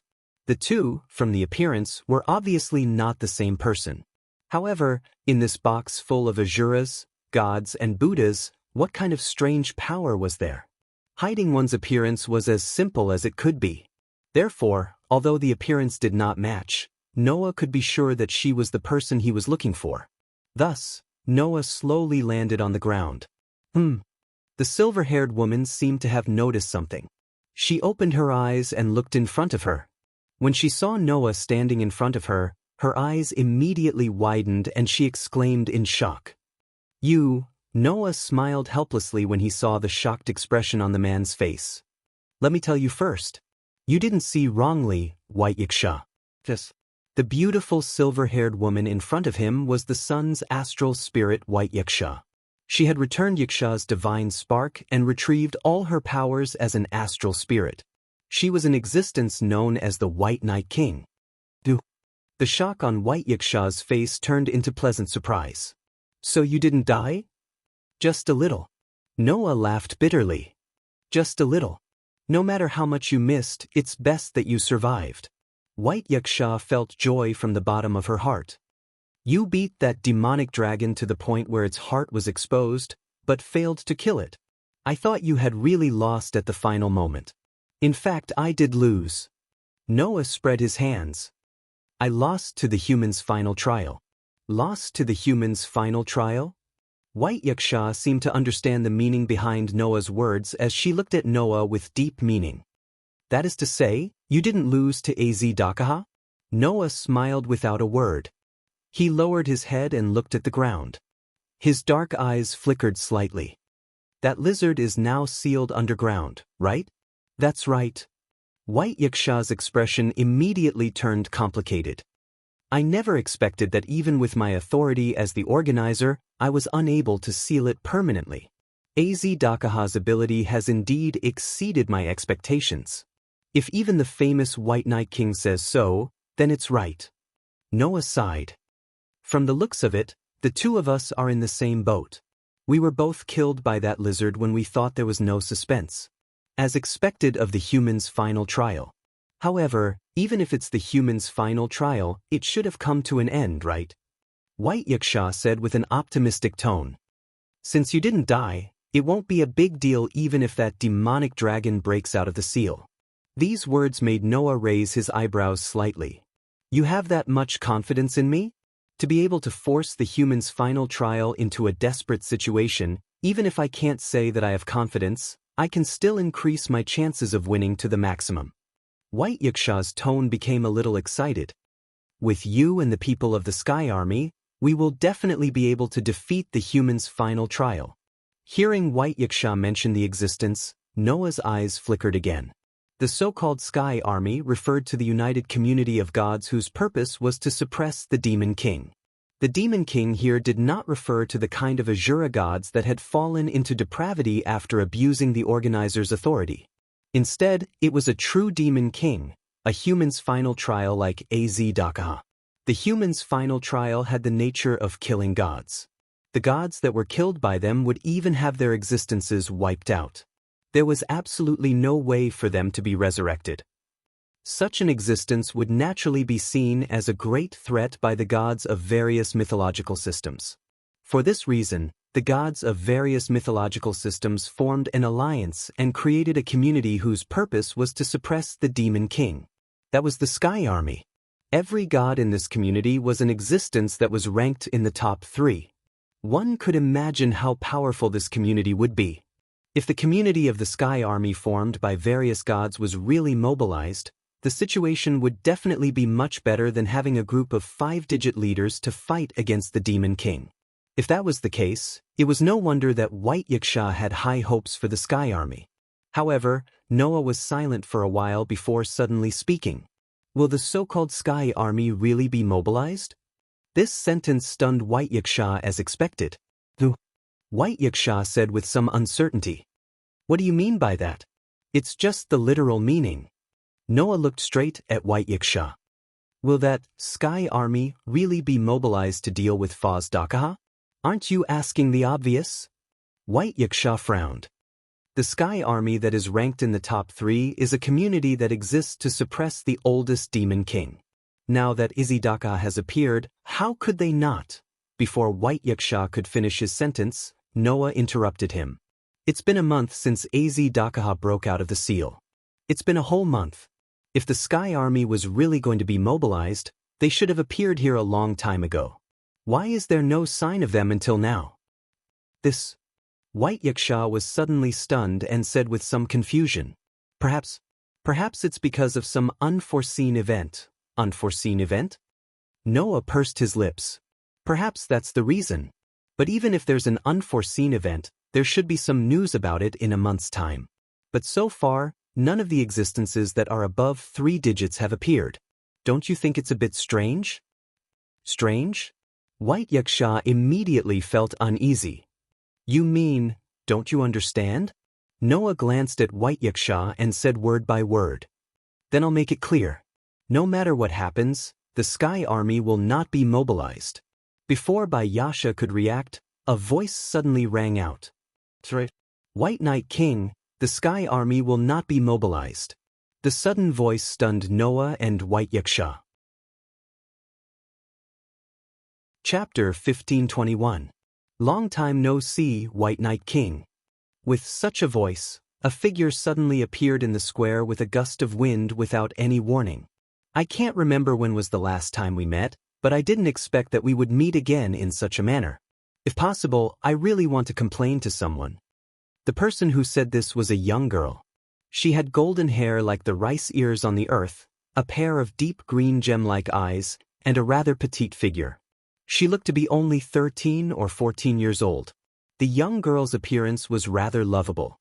If she squeezed out tears, even the most heartless criminal would be soft-hearted.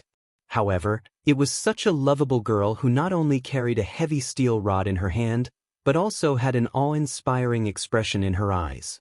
Even her entire body carried a kind of otherworldly temperament, causing people to be unable to help but look askance at her.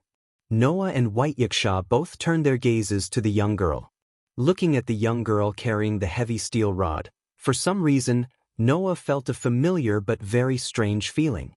The reason why he said it was familiar was because Noah felt that he seemed to know this young girl. The reason why he said it was strange was because Noah felt that this young girl seemed to be different from what he knew. Under such circumstances, Bayasha let out a cry of surprise. The great sage, heaven's equal, Sun Wukong? As soon as he said that, even Noah's eyes widened to their widest point. The great sage, heaven's equal, Sun Wukong. Noah was indeed very familiar with this name. Not only was he familiar with it, but in the world of God Slayer, Noah had slain Ape God, who had this name and name, twice and sent him back to the myths. However, it was precisely because of this that Noah felt strange. The great sage, heaven's equal, Sun Wukong? How could that monkey be such a cute young girl? Of course, as 2 completely different worlds, it was not surprising that the great sage, heaven's equal in this world existed in such an image. However, when the name of the great sage, heaven's equal, Sun Wukong, was mentioned, no one in the square would not be surprised. This was because Sun Wukong, the great sage equaling heaven, was the head of the 7 heavens great sage, the first of the 7 great demon kings. 7 heavens great sage. They were referring to the 7 demon kings in the famous mythological story, Journey to the West. Unlike the great sage equaling heaven in the world of the God Slayer, the great sage equaling heaven in this world was neither a monkey monster nor a god. Instead, it was a unique half-star spirit that was born in the center of the earth and transported to the ground through the eruption of an underwater volcano. The so-called half-star spirit, in a nutshell, referred to the star spirit's reserve. They were born with the grace of the planet. In order to protect the land that gave birth to them, they would be given an innate mission. After tens of thousands of years, they would complete their mission and finally awaken as complete star spirits. The great sage, heaven's equal, was such an existence. However, this half-star spirit was separated from the center of the planet due to a change in the Earth's crust. It was washed up to the surface and was born on the peak of the mountain of flowers and fruit. Thus, it was not given the mission of becoming a half-star spirit and could not be awakened as a complete star spirit. However, even so, the great sage, Heaven's equal, was still one of the strongest star spirit candidates. His strength was unquestionable. In terms of pure fighting strength, the great sage, Heaven's equal, was not inferior to the main gods of the various god groups. In this way, she was given a 3-digit status in the box court. However, just like what was recorded in Journey to the West, the great sage, Heaven's equal, had a falling out with the gods. In ancient times, he had started a fierce battle with many god groups. Before and after that battle, the 6 demon kings recorded in Journey to the West, who agreed with the great sage, Heaven's equal's ideals and were willing to fight for him, became sworn brothers with him. They formed an alliance to fight against the heavens together. That alliance was the 7 heavens great sage. The 7 demon kings under the 7 heavens great sage each called themselves Great Sage. The great sage, Heaven's equal, Sun Wuka. The great sage, Heaven's equal, Bull Demon King. The great sage, Ocean Cover, Dragon Demon King. The great sage, Chaotic Heaven, Rock Demon King. These were all famous demon kings in Journey to the West. As for the other 3, one was wandering in a foreign land, while the other 2 died in a great battle with the Jade Emperor and other Taoist gods. Even their souls were suppressed in hell, never to be reincarnated. Even so, the great sage, Heaven's equal, still teamed up with the remaining 4 demon kings and turned the heavens upside down. They killed their way up to the 3-digit level of the heavens before finally being defeated by Shakyamuni and being imprisoned for 500 years. Later, the great sage, Heaven's equal, took Xuanzang Sanzang as his master and went to India to seek the true scriptures and convert to Buddhism. This was a legacy that everyone knew.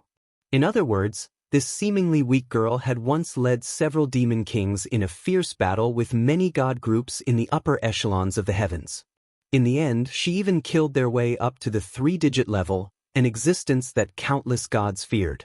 How could Noah not be shocked? If Noah was shocked, White Yaksha was even more shocked.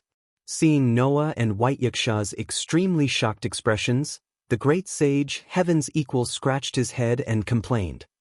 That's why I said, why do you have to send a notorious person like me to carry out such a thankless task? The great sage, Heaven's equal's complaint finally made Noah and White Yaksha react. White Yaksha immediately spoke in shock and doubt. Why are you here? The one who answered White Yaksha's question was not the great sage, Heaven's equal, but Noah. Didn't you hear it just now? Noah looked at the great sage, Heaven's equal, with a faint smile.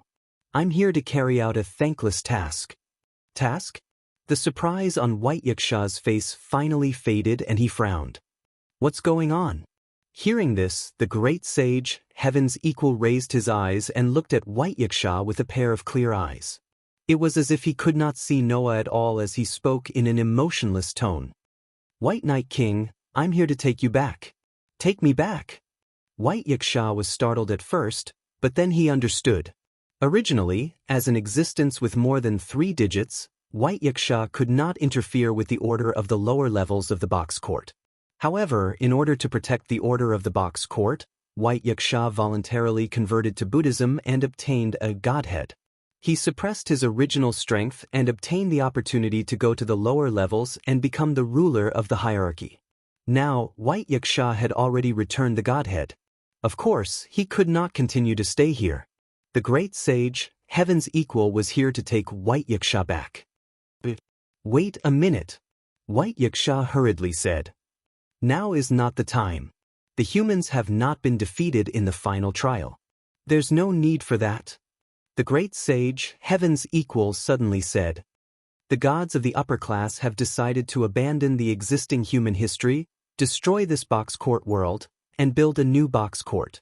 Only those with a population of more than 4 digits have the right to move to the new box court. Those with a population of less than 4 digits and lives will be abandoned. The declaration was like a bolt from the blue, leaving White Yaksha completely dumbfounded on the spot. I see. Is that why the Sky Army hasn't moved? Noah sneered. Because they don't want to defeat Az Dakaha at all. Instead, They are prepared to use the entire box court as Az Dakaha's cage and abandon it altogether. Impossible! White Yaksha could not help but raise his voice. Then he stared at the great sage, heaven's equal. How can such a thing happen?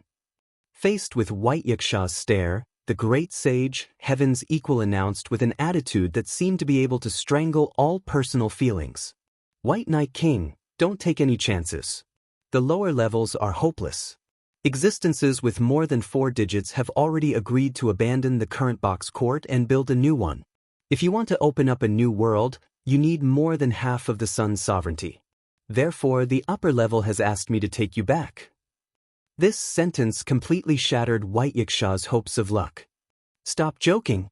Following White Yaksha's angry roar, a terrifying pressure rose from his body and turned into a substantial shock wave. Like a storm, it expanded and instantly spread to the entire square. Pa pa pa pa.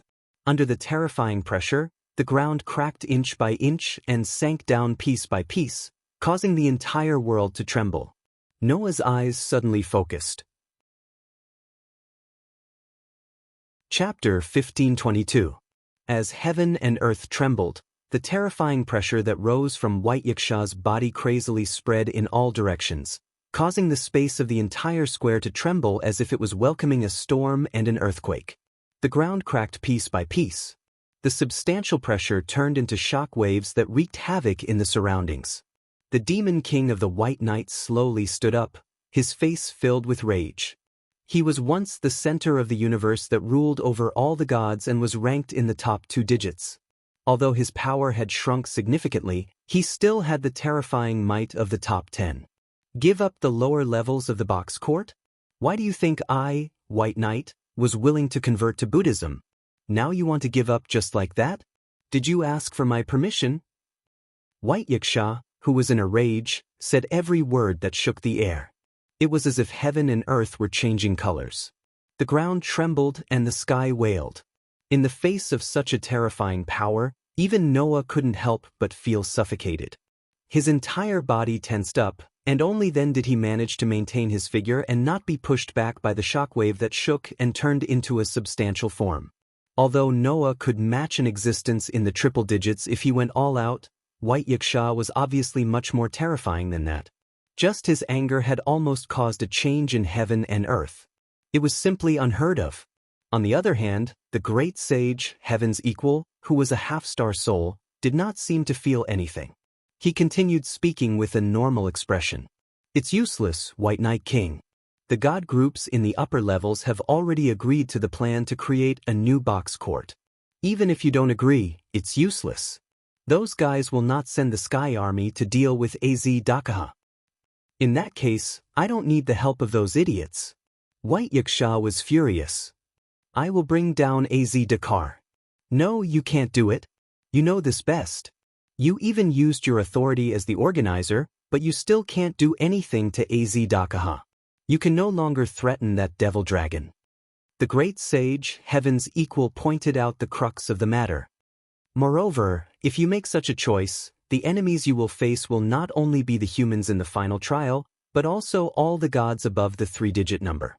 After all, they must obtain the sovereignty of the sun from your hands, or else the new box court will not be able to be established. Those fellows want to seize the sovereignty of the sun from my hands. White Yaksha was so angry that he laughed. It seems that I've been abiding by the law for too long. Those guys who didn't even dare to breathe in front of me have forgotten that I also have a temper. Very well, bring all those B***stards here. Let's see whether they can do anything to me. As Bayasha's emotions became more and more agitated, his soft, waist-length silver hair began to undulate slightly, emitting a sun-like radiance and heat. Suddenly, the temperature of the entire space kept rising, causing the ground to dry up bit by bit as if it was being baked, and steam rose up. Undoubtedly, he hadn't used a single bit of power. Just the fluctuations of his emotions had caused such a commotion. The top 10 sun star spirits were indeed terrifying. Furthermore, White Yaksha had more than half of the sun's sovereignty. With 14 sun sovereignty as a foundation, the threat that White Yaksha could unleash was definitely not inferior to Az Dakaha. It was the same even if he was facing a million gods. As the great sage, heaven's equal, who had once caused a commotion in the heavenly realm and made many gods fear him, Sun Wukong naturally understood White Yaksha's abilities. Regarding this, the great sage, heaven's equal, only looked at White Yaksha, who was trembling with a violent aura, and spoke softly. Is there no room for negotiation? There's no room for negotiation, White Yaksha said without hesitation. If you don't want to manage this box court, then I'll manage it. But if you want me to compromise, dream on. I guessed so too. The great sage, heaven's equal, sighed. But have you ever thought that if you make this choice, the higher-ups will definitely not sit idly by? In order to create a new box court, they need more than half of the sun's sovereignty, and only you can fulfill this condition, White Knight King. At that time, those fellows who have already given up on this box court will definitely not mind coming out in full force and causing the entire box court that you cherish to collapse. Saying this, the great sage, heaven's equal, looked straight at White Yaksha. At that time, those you love will definitely all suffer misfortune. Coupled with the threat of Az Dakaha, White Knight King, do you think you have a way to protect the box court between these two? White Yaksha's expression instantly became extremely ugly. However, it had to be said that the great sage, heaven's equal, had hit the nail on the head. Az Dakaha alone was enough to bring unimaginable disaster to the entire box court. If at this time, there were also the attacks of the 3-digit number of gods in the box court, then even if White Yaksha had the power to contend with them, what could he do? The so-called being unable to split himself up referred to this. Even if it was White Yaksha, there was no way to deal with the 3-digit number of Azura gods one by one while dealing with Az Dakaha. At that time, by the time White Yaksha settled everything, the box court would have been ravaged to the point of being riddled with holes and countless casualties. Now, just to maintain Az Dakaha's seal, you have no way to leave this place, right? The great sage, heaven's equal, said extremely calmly. Under the situation where you can't leave this place, do you have a way to stop the higher-ups from causing trouble? White Yaksha's expression became uglier and uglier, and his eyes began to show unsettled emotions.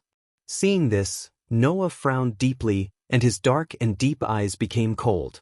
As for whether the so-called Sky Army wanted to come to support, Noah did not care at all. Because from the very beginning, Noah had already made up his mind. He would be the one to bring down Az Dakaha. In that case, whether the Sky Army came or not did not matter at all. Therefore, Noah was not as angry as White Yaksha. Didn't the gods in the upper echelons plan to abandon the box court because of the threat of Az Dakaha? Then Noah would completely crush this threat, protect the box court, and give them a hard slap. That would be enough. However, if those guys intended to become a threat themselves, then it was a different story. In the box court, there were also companions and friends that Noah valued. If the gods of the upper level intended to harm them, then Noah would be like White Yaksha and personally deal with those bastards. Thinking of this, just as Noah was about to stand up and say something, White Yaksha suddenly turned his head and looked at Noah, his eyes flashing with determination. Clang!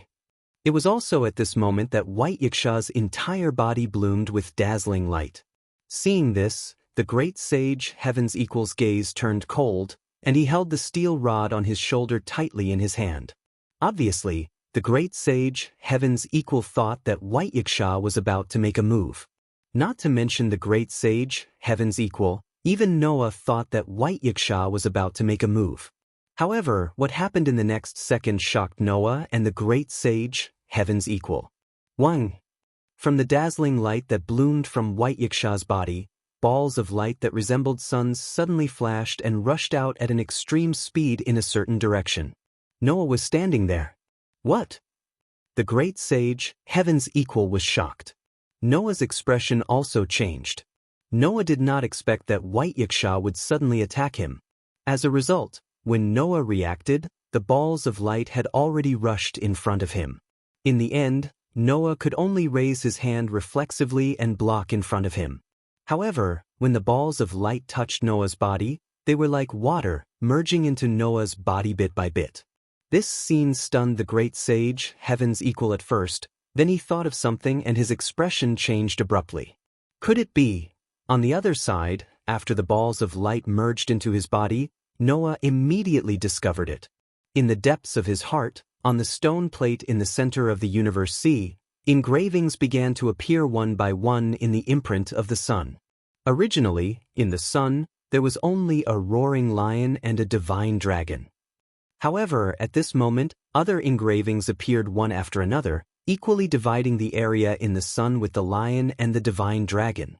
In the end, there were a total of 14 such engravings. Noticing this, Noah finally understood. Chapter 15:23. With a trembling sound, the faint radiance emitted from Noah's body began to dissipate.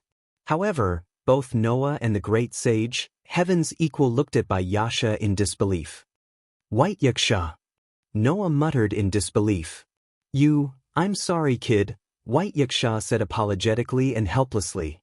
Just as the great sage said, I'm in a very awkward situation now.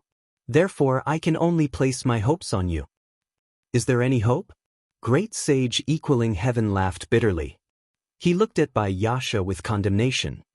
For the sake of a single hope, you actually gave the most precious sun sovereignty to this brat.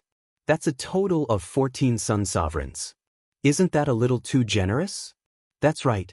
Just now, the balls of light that appeared from White Yaksha's body and merged into Noah's body were sun sovereignty.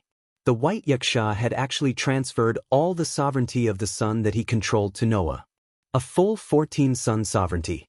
Therefore, in the sun in the center of the stone plate that was branded in Noah's heart, apart from the Leo constellation that represented the 12 zodiac signs and the 12 equatorial stars, there were 14 more engravings.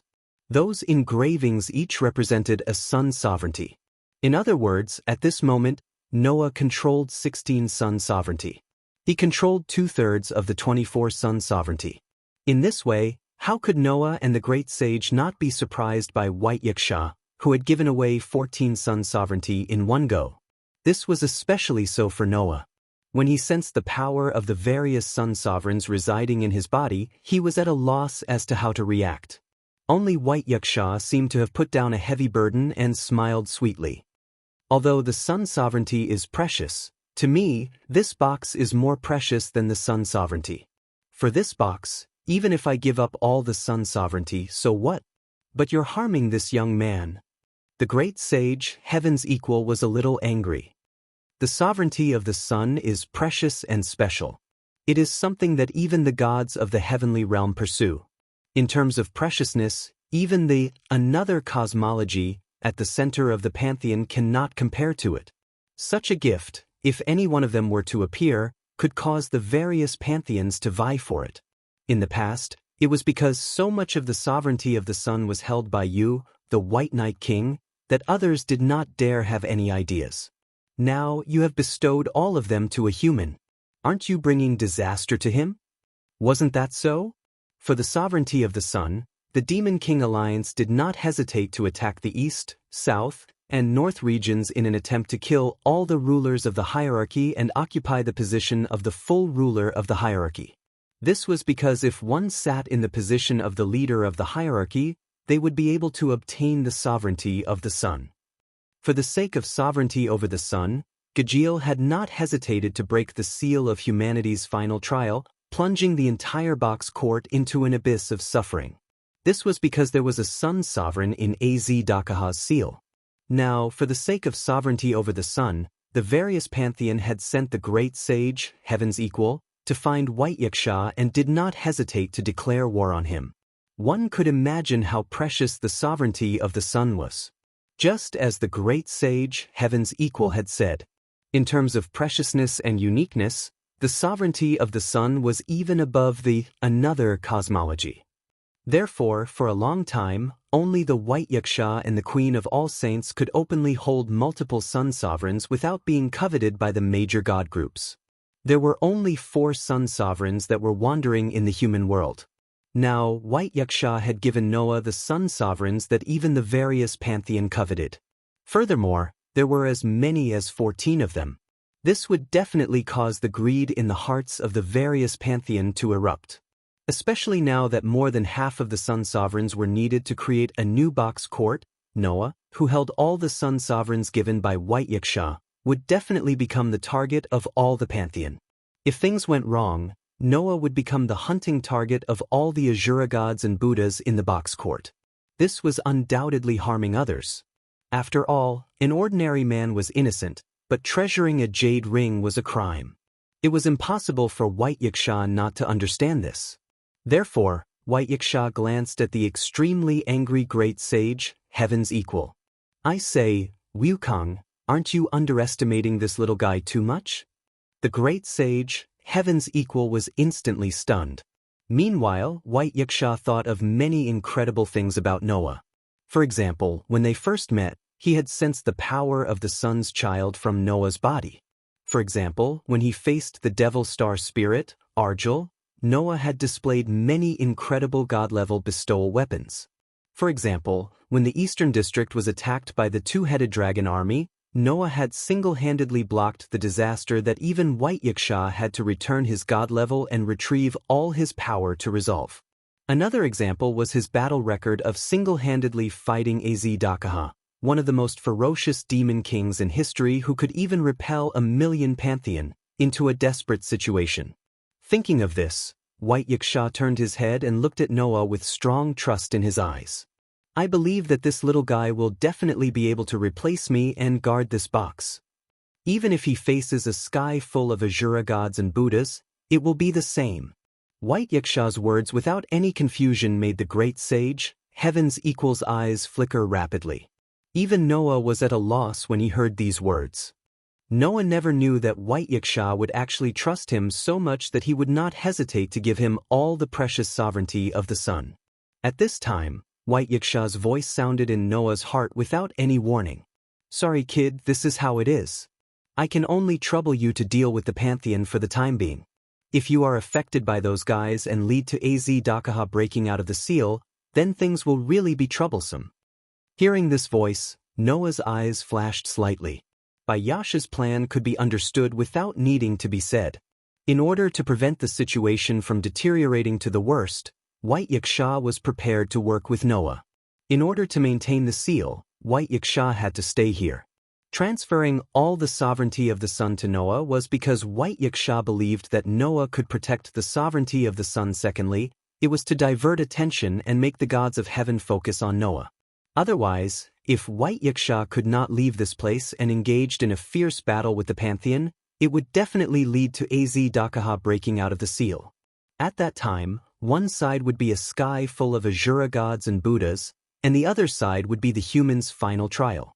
For the entire box, it would be an unimaginable disaster. For this reason, White Yiksha chose to attack them one by one. Az-Dakaha was temporarily controlled by White Yiksha. As for the pantheon, Noah would be in charge. I've already given you your reward. I believe that 14 sun sovereignty is enough to be your reward. White Yiksha's heartfelt plea sounded in Noah's heart. So, please, Noah, help me guard the box. Noah fell silent. However, it had to be said that White Yiksha's heartfelt words had indeed raised Noah's fighting spirit. Wasn't this good? After all, if the pantheon was prepared to affect the lower realm, Noah would not sit idly by. Now, it was just a matter of simplifying things. Although you came here to bring back White Yiksha, your main goal is still the sovereignty of the sun, right? Noah turned his gaze to great sage equaling heaven and said lightly, Then, now that the sovereignty of the sun is in my hands, what do you plan to do? Great sage equaling heaven's brows finally furrowed tightly. Clearly, great sage equaling heaven had not expected this situation at all. Originally, Old Sun came here as a lobbyist. I didn't want to fight. After all, I'm not the White Knight King's opponent. Even if I went back to report, no one would say anything. Great sage equaling heaven scratched his hair irritably and looked at Noah with a grin. However, since the sovereignty of the sun is in the hands of a lowly human, if Old Sun goes back without even fighting, those fellows will definitely use this as a pretext to make a fuss.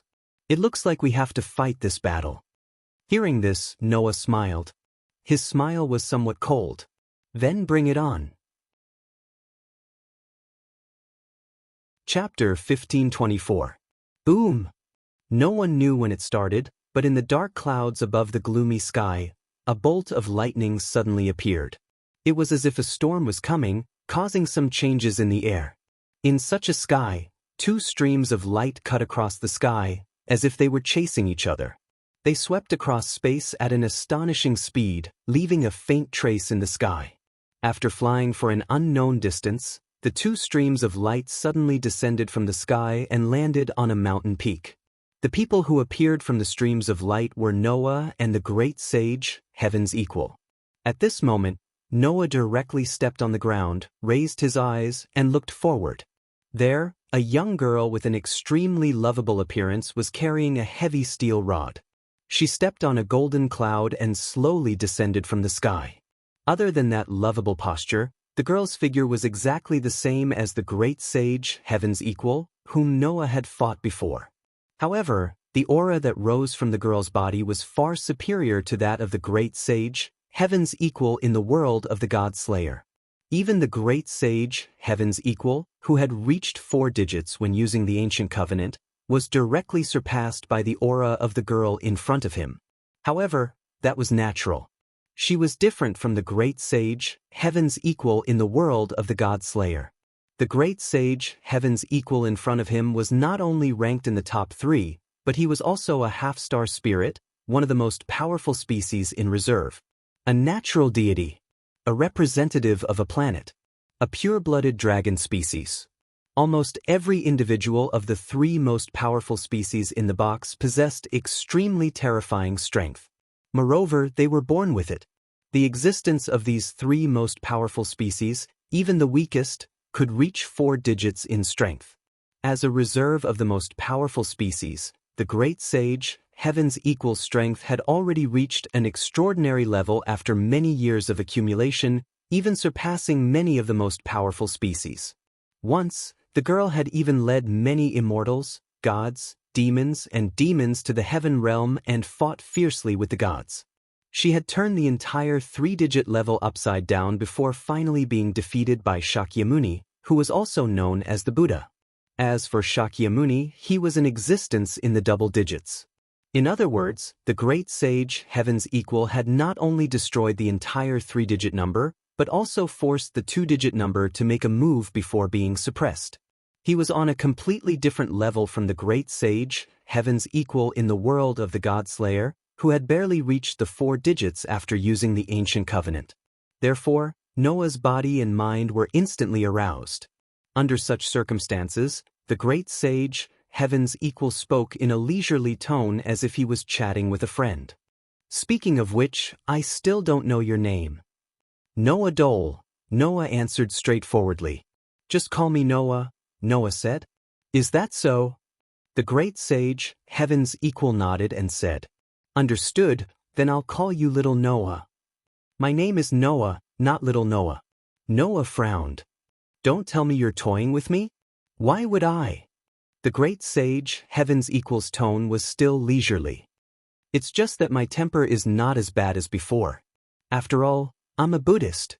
I can't just start a fight without saying a word, right? You really dare to say that? Noah said sarcastically. Undoubtedly, you're the one who invited me to fight, right? I've already said this. If I don't do this, I won't be able to report back to my superiors. That's all I can do. The great sage, Heaven's equal, smiled disapprovingly. However, it's rare that those Buddhists are willing to let me out. Just play with me a little. Go ahead. Hearing this, Noah's eyes narrowed slightly and he suddenly smiled. Then I won't hold back. As soon as he finished speaking. Bang. Without any warning, Noah abruptly stomped on the ground and his figure suddenly shot out. He unleashed an astonishing explosive force, and with the impact of a savage beast, he shot towards the great sage, Heaven's equal. You're quite fast. The great sage, Heaven's equal, stared at Noah, who was charging towards him, and a flower-like smile appeared on his face. What a pity. Compared to my somersault cloud, you're still far from it. After saying that, the great sage, Heaven's equal, clenched the steel rod in his hand tightly. An extremely powerful aura surged from his body. At this moment, Noah could clearly feel it. From the great sage, heaven's equal, there was an unprecedentedly strong sense of oppression. Noah had only felt this kind of oppression from four people: the infinite dragon god Orpheus, the sun-star spirit Yaksha, the human's final trial Azidakaha, the hero who annihilated the demon king Rama. This seemingly weak girl in front of him gave Noah a sense of oppression that was on par with these existences. Immediately, Noah's pupils shrank slightly. At this moment, the great sage, heaven's equal, moved. Accompanied by a sharp sound, a steel rod pierced through space at an extremely shocking speed, directly stabbing towards Noah's chest. Noah did not even see clearly when the great sage, heaven's equal, had stabbed the Rui Jingu Bang. The steel rod had already pierced through space and was in front of him. The hair on Noah's body began to stand on end. Originally, Noah had thought that with his current level 6, with his current physical ability, he would be able to hold on for a while. Now it seemed that Noah had underestimated the great sage, heaven's equal. In terms of combat ability, the great sage, heaven's equal, was very likely above Orpheus, the three-headed dragon, and Rama, who had the strength of 7 god-slayers through the ancient covenant. It was no wonder that the upper class of gods would send the great sage, heaven's equal, alone to confront the White Knight King, who was ranked in the top 10 of the box court. Understanding this, Noah did not hesitate to chant the spirit of words. Fear those with wings. Evil people and strong people fear me with wings. My wings will bring you a curse. Evil people will not be able to hit me. Every time Noah went to a world, he would need a period of time to adapt before he could use his authority. However, in this world, Noah's authority had already been adapted to by the world, and he did not need to adapt again. Therefore, although it had been less than a day since he returned to this world, Noah could unleash 100% of his combat ability. Understanding the threat of the great sage, heaven's equal, Noah did not hesitate to use Phoenix. In the next moment, Noah's figure suddenly moved half a meter to the side. The heavy steel rod was like a bolt of lightning, heavily stabbing the afterimage left behind by Noah, directly tearing it apart. He dodged it? The great sage, heaven's equal, seemed a little surprised. Obviously, in the eyes of the great sage, heaven's equal, that attack just now was enough to knock down Noah. After all, the great sage, heaven's equal, had seized the moment when Noah entered the attack range of the Rui Jingu Bang. Then, with a speed of only 0.01 seconds, there was no opportunity or time to dodge. Unexpectedly, Noah had dodged it.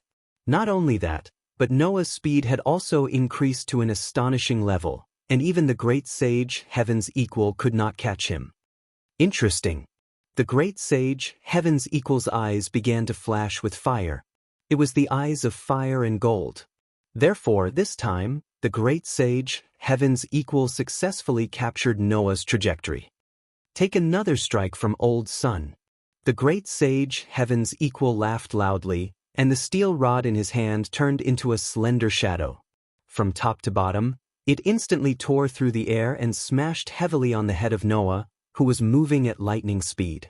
If the great sage, heaven's equal's Rui Jingu Bang was like a heavy hammer that could kill with a single strike, then the Rui Jingu Bang in the hands of the great sage, heaven's equal, was like a long whip, soft and long. Undoubtedly, it was the same weapon, but the great sage, heaven's equal, had actually used both hard and soft. Just this alone showed how amazing the great sage, heaven's equal's martial arts were. Of course, the great sage, heaven's equal, who was so skilled in martial arts, would definitely have an ultimate technique on the same level as the Eye of the Heart. Therefore, Noah could not dodge this attack at all. All evildoers, be afraid of my power. Now I shall have the majesty of 10 mountains, the strength of 100 rivers, and the strength of 1,000 giant dragons. The majestic me shall raise the ferocious power to slay dragons.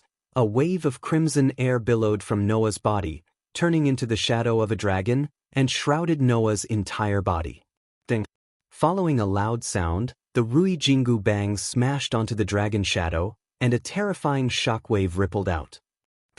The astonishing strength smashed Noah directly into the ground, causing the ground to explode. Chapter 1525. Pang! At this moment, the entire mountain shook. Kacha, kacha, kacha.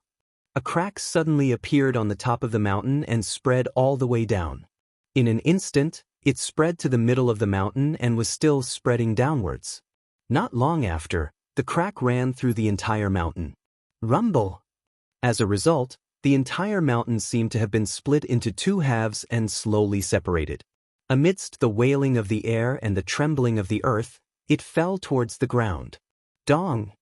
Amidst the deafening roar, the mountain heavily smashed into the ground, stirring up countless gravel and sand that wreaked havoc in this part of the world. Stepping on the somersault cloud, the great sage, Heaven's Equal, looked down at the collapsed mountain and scratched his head like a child who had caused trouble. Oh no, I was careless and forgot to restrain my strength. Although he said so, the great sage, Heaven's Equal, really treated the exaggerated shaking scene in front of him as a child who had accidentally broken a piece of furniture. He looked as though he had caused trouble. Obviously, for the great sage, Heaven's Equal, who was ranked in the top 3 and had once turned the entire heaven realm upside down, this level of destruction was really just this level. It was just the strength of one smash. With just one smash, the Rui Jingu Bang of the great sage, Heaven's Equal, who was a half-star spirit, easily smashed the entire mountain until it cracked and collapsed. That power was simply ridiculously strong. However, Noah was also not easy to deal with. Pang! Under the collapsed mountain, an explosion suddenly sounded and shook the entire space.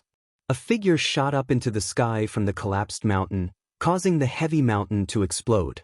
Like a bolt of lightning, he shot into the sky. Then, like a shooting star, he turned and charged towards the great sage, Heaven's Equal. That speed was simply like a mirage flashing continuously in the space, bringing along a series of lights and shadows. In the blink of an eye, he violently swept in front of the great sage, Heaven's Equal. Seeing this, the great sage, Heaven's Equal, subconsciously wanted to lift the steel staff in his hand.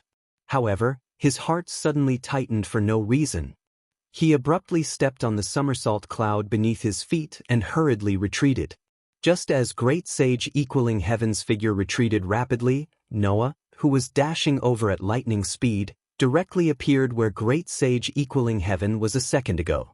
His fist, which was wrapped in crimson airwaves, slammed heavily into the air. Dong!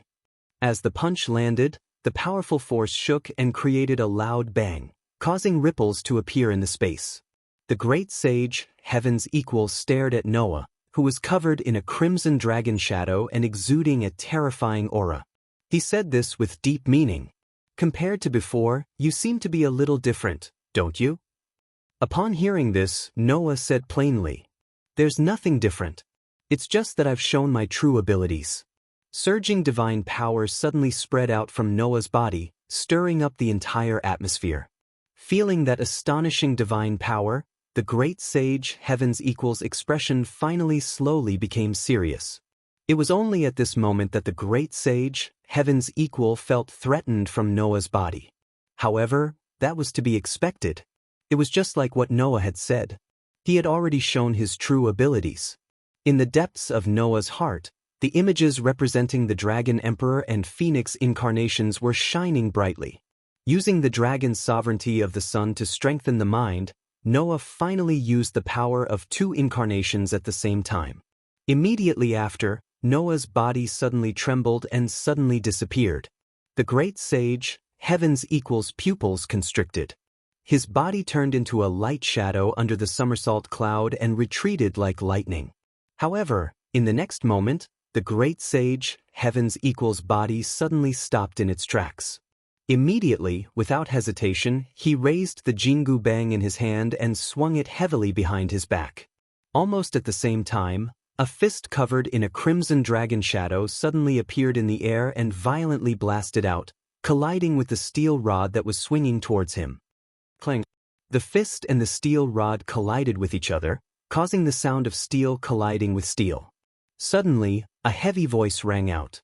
As the voice rang out, the great sage, Heaven's Equal, could clearly feel that the power of the fist that landed on his Jingu Bang was getting stronger and stronger.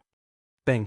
The frightening power sent the great sage, heaven's equal, flying like a cannonball.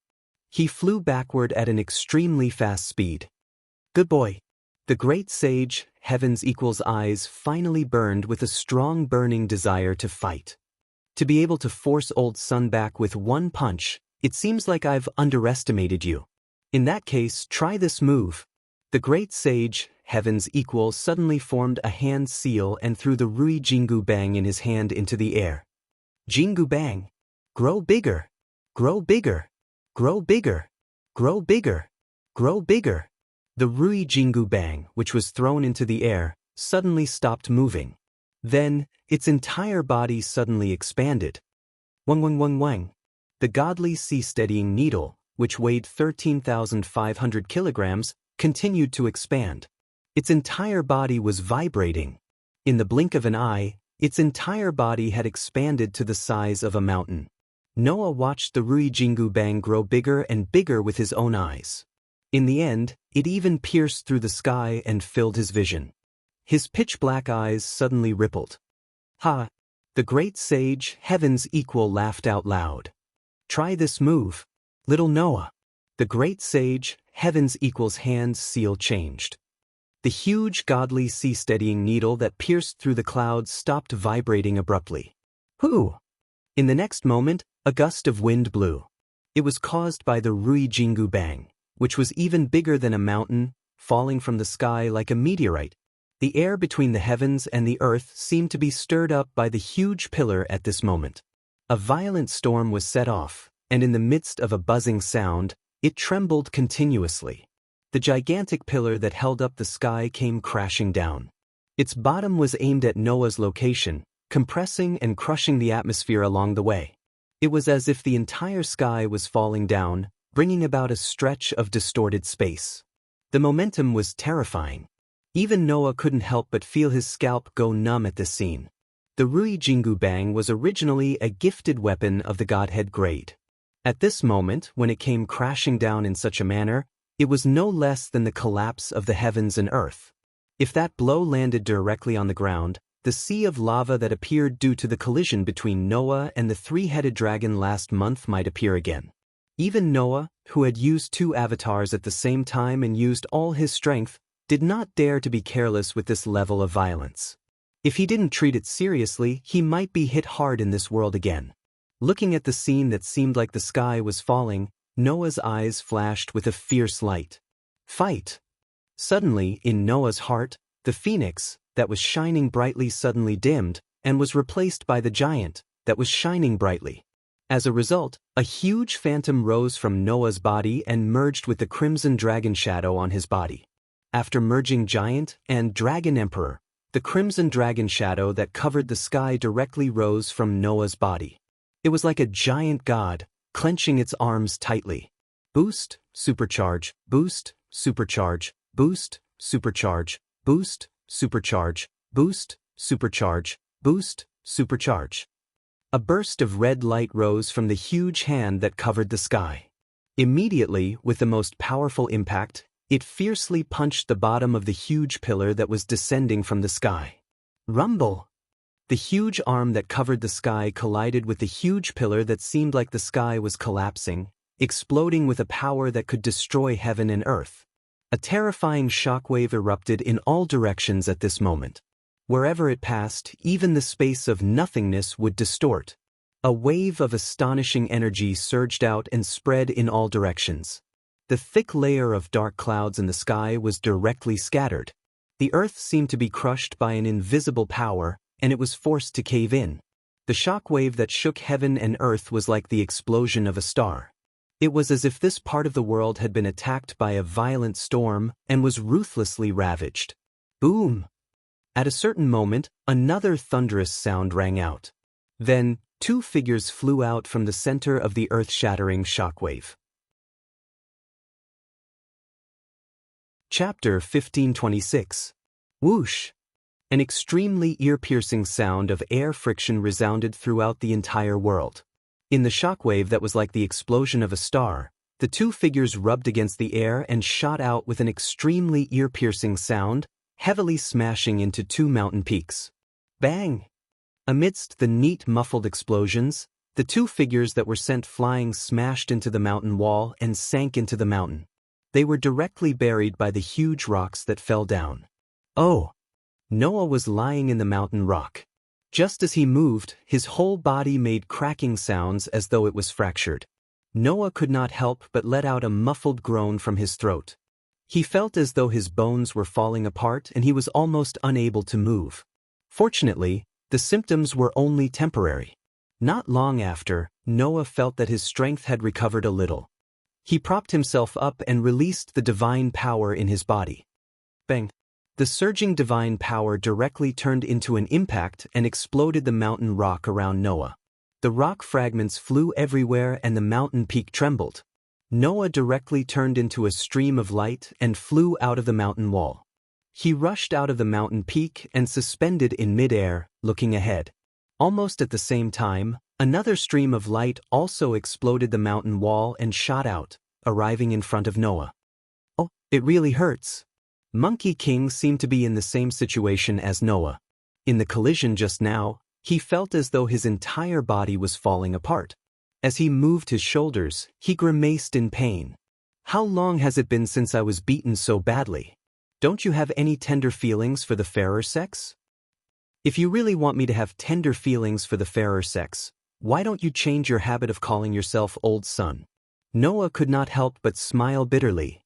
Moreover, I am not so naive as to show mercy when dealing with a half-star elf. That would be akin to courting death. You can't say that, Monkey King retorted. If you show mercy, I, old son, will naturally show mercy as well. I won't let you suffer any losses. Is that so? Noah looked at the great sage, heaven's equal, suspiciously. Are you that kind? In the past, I've indeed done some terrible things. I don't dare to call myself a good person, but the great sage, heaven's equal, Sun Wukong, isn't a villain either. The great sage, heaven's equal, said with a nonchalant attitude. So, don't worry, little Noah, I won't bully you. We don't know who's bullying who yet. Also, don't call me little Noah. Noah first corrected her, then straightened his back. So, are we still fighting? I won't fight anymore. I didn't plan to fight in the lower realm this time. I just wanted to play with you. If you fight like this, even those guys above can't say anything, right? Great Sage equaling heaven glanced at Noah. Besides, if you don't show your true strength, how are you going to fight?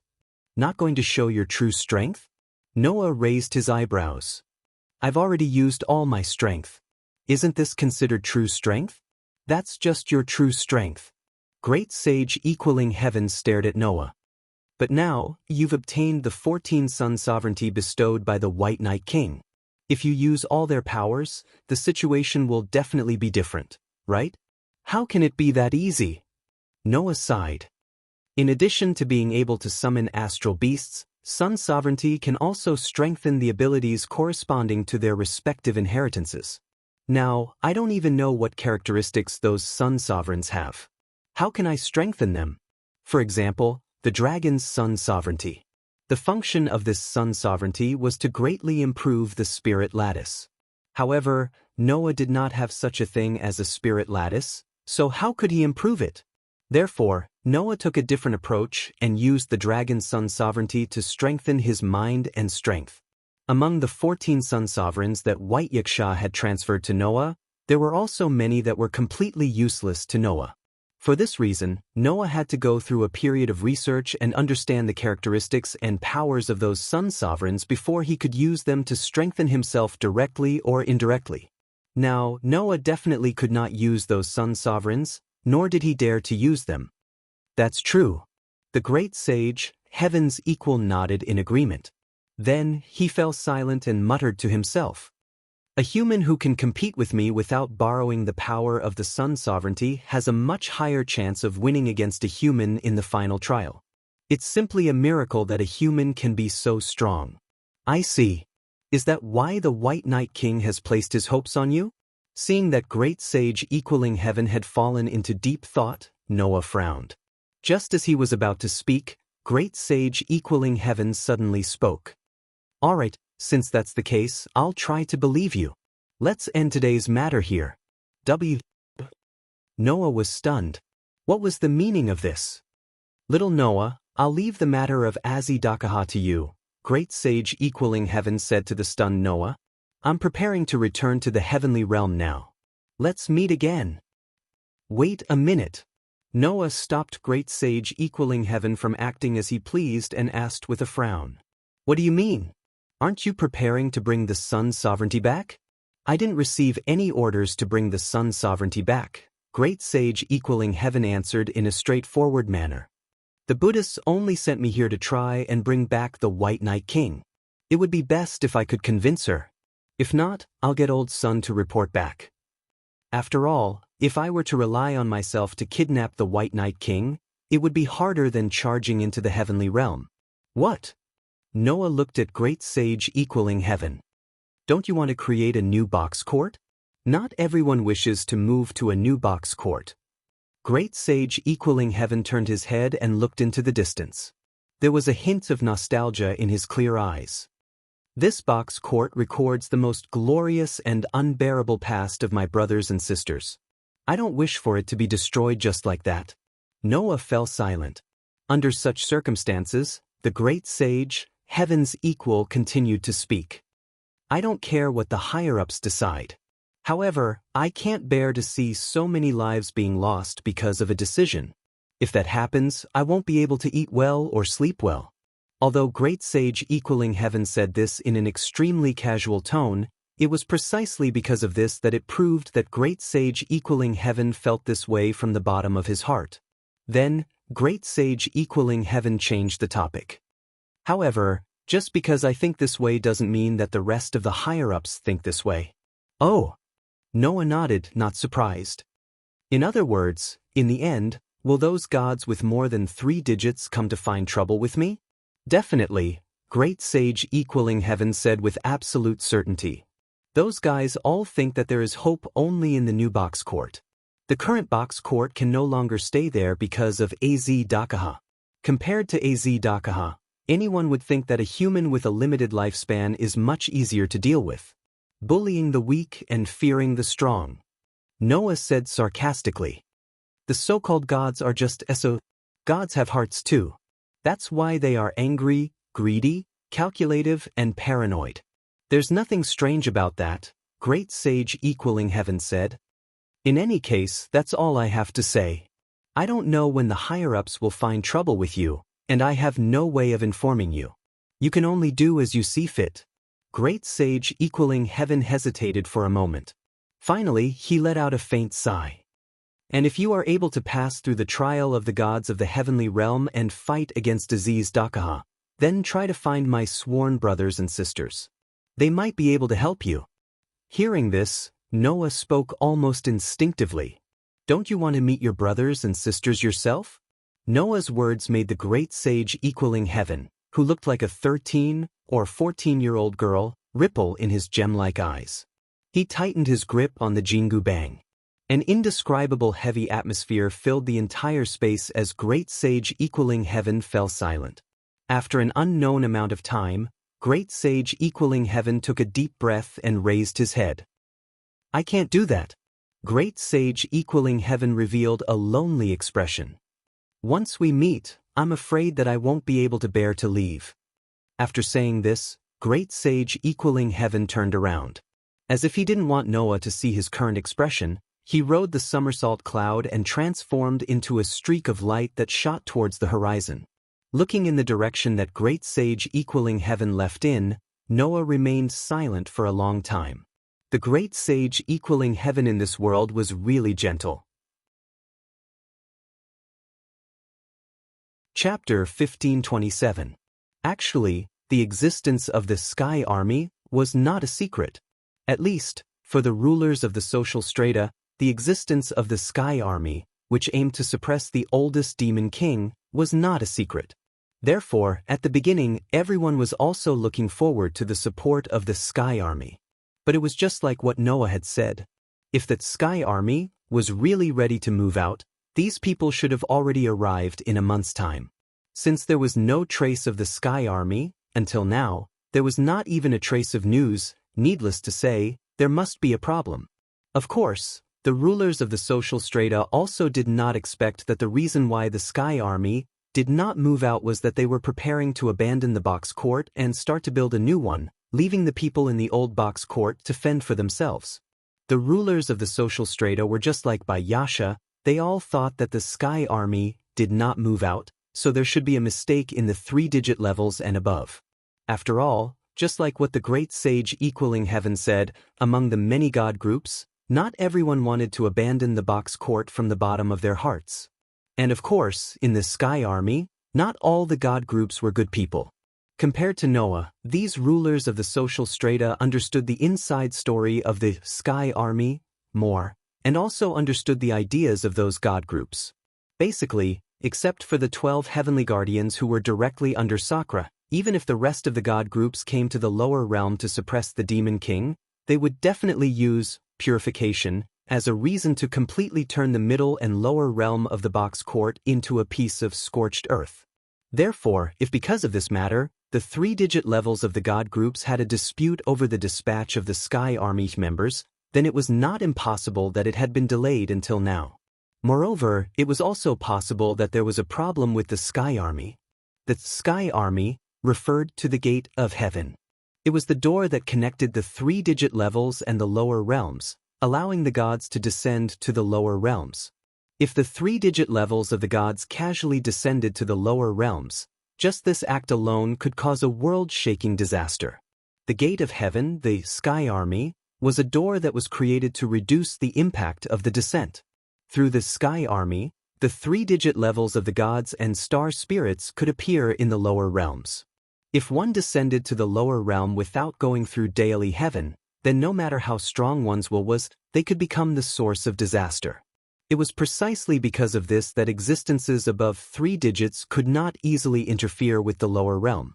In light of this, if there was a problem with Li Gaotian, it would not be strange for the Sky Army to not be able to move out.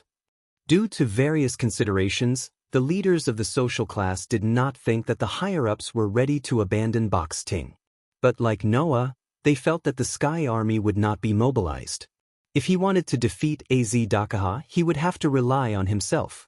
Under such circumstances, the Stratum overlords began their operations like a raging fire. For example, the hunting of Az Dakaha's split body. Therefore, when Noah left the ancient castle to search for White Yaksha, the members of No Name also participated in the hunt. Aside from Ren, who did not have any combat power, Black Rabbit, Judo Asuka, Harai Hiroyuki, Letitia, and Pest had all participated in the operation. And the community that acted together with the members of No Name was none other than Will-O-Wisp. At this time, everyone was riding on a few pterosaur fire dragons lent by Salamandra, heading towards the location of the hunting target. Ai Xia did not ride on the fire dragons, but rode on Jack's back, secretly looking in the direction of No Name's group, wanting to say something but hesitating. The one who noticed Ai Xia's strangeness was Harai Hiroyuki, who had sharp senses. Immediately, Harai Hiroyuki tilted his head and asked without hesitation, "What's wrong?" With that one sentence, everyone in No Name turned to look at Ai Xia. Being stared at by so many people at once, Ai Xia's neck could not help but shrink. However, Ai Xia did not shrink back, but after hesitating for a long time, she said somewhat bashfully, That sir from your community, did he not come with you?" "That sir?" Judo Asuka asked doubtfully. "Which sir?" On the contrary, Black Rabbit showed a sharp intuition that she did not usually have. "The sir that Miss Ai Xia is talking about, could it be Noah-san?" Yes. Ai Xia nodded repeatedly, but when she noticed that her excessive behavior had attracted everyone's strange gazes, her pretty face immediately stiffened, and she awkwardly smiled. "Why didn't Noah-san come with us?" The one who answered this question was not Black Rabbit, but Letitia. "Master has other things to do." Letitia kept looking forward, and did not even turn her head to look at Ai Xia, and answered very casually. "Moreover, it's just a group of clones, it's not to the point where Master needs to personally act." Hearing this, everyone could not help but look at each other, and secretly smiled bitterly in their hearts. To Letitia, perhaps Az Dakaha's clones were really nothing much, right? Although the first generation of Aziz Dakaha's doppelgangers were all at the level of deities, Letitia, who had retrieved her divinity and completed the dragon's shadow, was able to unleash the full power of the Demon King when she was born. Letitia's level was in the 4 digits of the box court. Furthermore, Letitia possessed the sovereignty of the Ophiuchus constellation's sun, so it was not difficult for her to deal with a group of god-level clones. However, this was not the case for the rest of the people. Other than Letitia, the ones with the strongest battle power were likely Pest and Jack. Among them, Pest was at the level of God. Thus, to the rest of the people, a god-level opponent was still very pressuring. After getting rid of the slight unhappiness in her heart, Pest glanced at Ai Xia and asked in a somewhat disinterested manner, "Speaking of which, you seem to be..." Before she could finish her words, Letitia's sharp gaze landed on Pest. This caused Pest's entire body to tremble. She hurriedly changed what she was going to say. "You seem to be very respectful toward Master. Isn't that only natural?" Ai Xia shouted without hesitation. "Lord Noah is so handsome, so powerful. Is he not worthy of respect?" The entire place suddenly turned silent. In the next instant, all the members of No Name, including Letitia, cast strange gazes toward Ai Xia. Only then did Ai Xia realize what she had said, and her expression instantly froze. "Oh," Jiufei Bird's mocking voice sounded. "Is Noah very handsome?" "So that's how it is." Even Hirai Hiroyuki revealed a mischievous expression.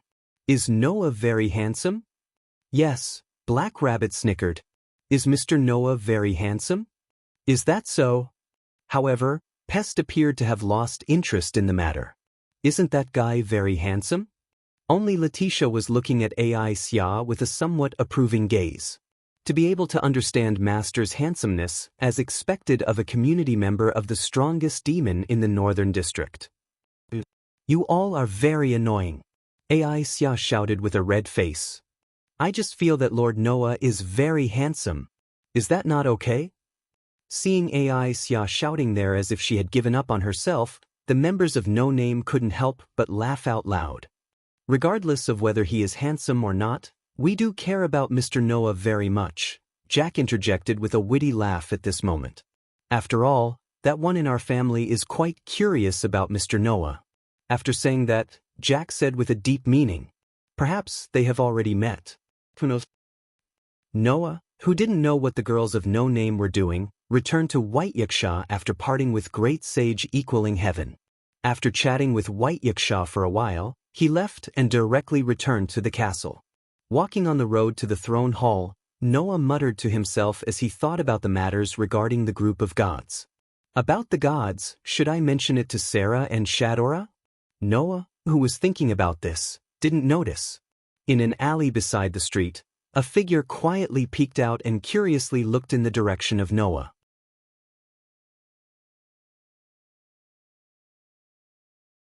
Chapter 1528. Noah, who was on his way to the throne hall, suddenly stopped in his tracks. Frowning slightly, Noah turned around suspiciously and looked at an alley beside the street. However, there was nothing there. However, Noah's frown deepened, and he muttered to himself uncertainly. "Just now, someone seemed to be looking at me?" In fact, there were many people looking at Noah. The reason was simple. The news of Noah killing the leader of the Two Wings, with one punch when he first came to this camp, had already spread to all the large communities. Moreover, in order to boost morale, Sarah and Shadora also announced that the human hero, No Name, who once fought against the oldest demon king, Izidakaha, and severely injured the three-headed demonic dragon, exposing the weakness of his heart, was still alive. Therefore, now, everyone clearly knew what kind of person this seemingly inconspicuous human in front of them was. Therefore, once he entered the castle, Noah was being scrutinized by the people around him. However, just now, Noah's superb sensing ability allowed him to feel a gaze that was different from the others staring at him. Therefore, Noah looked around and carefully observed the direction of the alley. After he did not find anything wrong, his frown slowly loosened. Forget it. Although he did not know who was secretly observing him, Noah's outstanding sensing ability told him that the other party's gaze did not carry any malice, killing intent, or hostility. Since that was the case, if other people wanted to observe him, then let them observe him. After all, it was not the first time Noah attracted so much attention. With this thought, Noah turned around and walked forward again. However, in the next moment, Noah's footsteps suddenly stopped, and he abruptly took a small step to the side. Whoosh! At this moment, an unidentified flying object flew past where Noah was just standing. If Noah did not dodge, then he would have been attacked by the unidentified flying object. Now, Noah's dodge caused the unidentified flying object to miss and continue to fly forward without slowing down. Almost at this moment, Noah suddenly stretched out his hand, and with a "pa" sound, he fiercely caught the unidentified flying object. Only then did Noah clearly see the unidentified flying object's body. It was a blunt cross weapon. Most people called it a hammer or an iron hammer. In other words, just now, someone used this blunt cross weapon to attack Noah. Immediately, Noah suddenly turned around and looked in the direction of the alley. This time, Noah saw it. Undoubtedly, there was nothing in the alley before. A black shadow seemed to poke its head towards Noah's direction. When it realized that Noah was looking, it immediately, as if it was shocked, and immediately retreated. Unfortunately, this time, Noah clearly found the traces of the old man. Without any hesitation, Noah flashed and rushed to the front of the alley. Noah could not help but be surprised. Because in the alley, there was nothing. It was a dead alley. Less than 20 meters away from the mouth of the alley, there was a wall. If there was someone here just now, then it was impossible to escape. Could it have flown up? Noah raised his head and looked at the sky. That place was naturally empty as well. That's not right. Noah reacted. If someone just flew out from here, then I would have definitely seen it. In other words, the means of disappearance was not by flying. Not by flying? Is it by burrowing or invisibility? Noah frowned again. However, in the box court there were all kinds of gifts. It was not rare to have gifts such as burrowing or invisibility. The problem was, if the other party was invisible, then it would definitely not be able to hide from Noah, who had the sensing ability. Since Noah did not find the other party, it could only be that the other party used some kind of means to escape. It was just that he did not know what means it was. After observing the inside of the alley again, Noah could not find anything and could only helplessly give up and turn around again. Whoosh! At this time, there was another whistling sound of the wind. Noah suddenly turned around and stretched out his hand behind him. As a result, there was a "pa" sound and a new blunt cross weapon fell into Noah's hand. The word, "well," suddenly appeared on Noah's forehead. His eyelids twitched as he looked at the empty alley in front of him and took a deep breath. "Don't hide. Come out immediately." The voice echoed clearly in the alley, turning into an echo that did not disperse for a long time. Noah narrowed his eyes and stared at the two blunt cross weapons in his hand. The corner of his mouth slowly raised. "If you don't come out, then I will find you myself." Since the other party used the blunt cross weapon to attack Noah twice in a row, the possibility of the other party having another blunt cross weapon was very high. Since that was the case, if he used item location, it would be easy to find the other party, right? With that thought in mind, Noah flipped his hand and took out a scroll. Then he tossed it into the air. The magic scroll immediately burned and turned into ashes. Then an image was reflected in Noah's mind. That was naturally the location of the attacker. However, this location made Noah somewhat surprised. He actually escaped to such a far place in such a short time? Somewhat surprised, Noah turned his hand again and took out another scroll. This scroll had a teleportation spell attached to it. Clang! The scroll burned, and Noah turned into a beam of dim light, disappearing from the spot. Noah's vision in front of him rotated, and then he was teleported to another alley. A voice full of surprise rang out. Noah lifted his eyes and looked to the front. Immediately, he was stunned. He saw that in front of Noah, a person was looking at Noah with the same surprised expression as the voice. It was a young girl who didn't seem to be very old. The reason why he used seemed as a more ambiguous term was because it was really difficult for others to judge a girl's true age from her appearance. To be more precise, it should be said that the girl had all the physical characteristics that didn't match her age. It was a girl who seemed to be only 13 or 14 years old. She had a very sweet baby face and a bountiful fruit, with 2 blue ponytails tied into a very conspicuous ball shape. This girl had a seductive body curve that didn't match her young appearance at all. Undoubtedly, her height was only about 150 centimeters, but she had an unusually full upper body. She was wearing a gothic dress with black and pale embellishments, like a formal dress, which highlighted her full upper body and also directly exposed her white thighs to the air, which was very charming. She had both glamorous and lovely magic, and there was a sense of morality in the sense of sex that firmly captured the male's gaze. That image was exactly the same as the female demon in the legend who led people to commit crimes. However, this girl didn't seem to have such self-awareness. Her eyes were quite pure and the expression on her face was also the kind of naive expression without any scheming. Looking at such a girl, men probably couldn't help but secretly swallow a mouthful of saliva. Although Noah wasn't that unbearable, his eyes couldn't help but move down slightly. Looking at the girl's full upper body and childlike appearance, the corner of his mouth twitched again and again. He didn't expect that in this world, there was actually an existence of the same type as has tea. It was indeed a box that had everything. At this moment, Noah only felt that he had really learned something. The girl seemed to be aware of Noah's gaze on her full upper body, but she didn't have any reaction to it. Instead, she tilted her head and looked at him blankly. Shortly after, the young girl spoke in a somewhat timid manner. "What's wrong with you?" Obviously, the girl didn't realize how attractive her figure and dress were, and she didn't realize what the man's gaze on her full upper body meant. That was beyond the level of no self-awareness, right? This made Noah's anger of being attacked twice disappear inexplicably. He raised the blunt cross weapon in his hand somewhat speechlessly. "It was you who just attacked me, right?" "Heck?" The girl blinked her eyes. That action was extremely cute. Noah felt that something in his heart was ignited. Chapter 1529. Please don't misunderstand. Noah's anger wasn't ignited by any evil thoughts, but rather, he was filled with depression. From the innocent expression on the girl's face, Noah could roughly guess what was going on. Most likely, the other party didn't even consider throwing a blunt object as an attack, right? So, what was this to the girl? To play? Feeling depressed, Noah raised the cross-blunt weapon in his hand and asked the girl directly, "Why did you throw this thing at me?"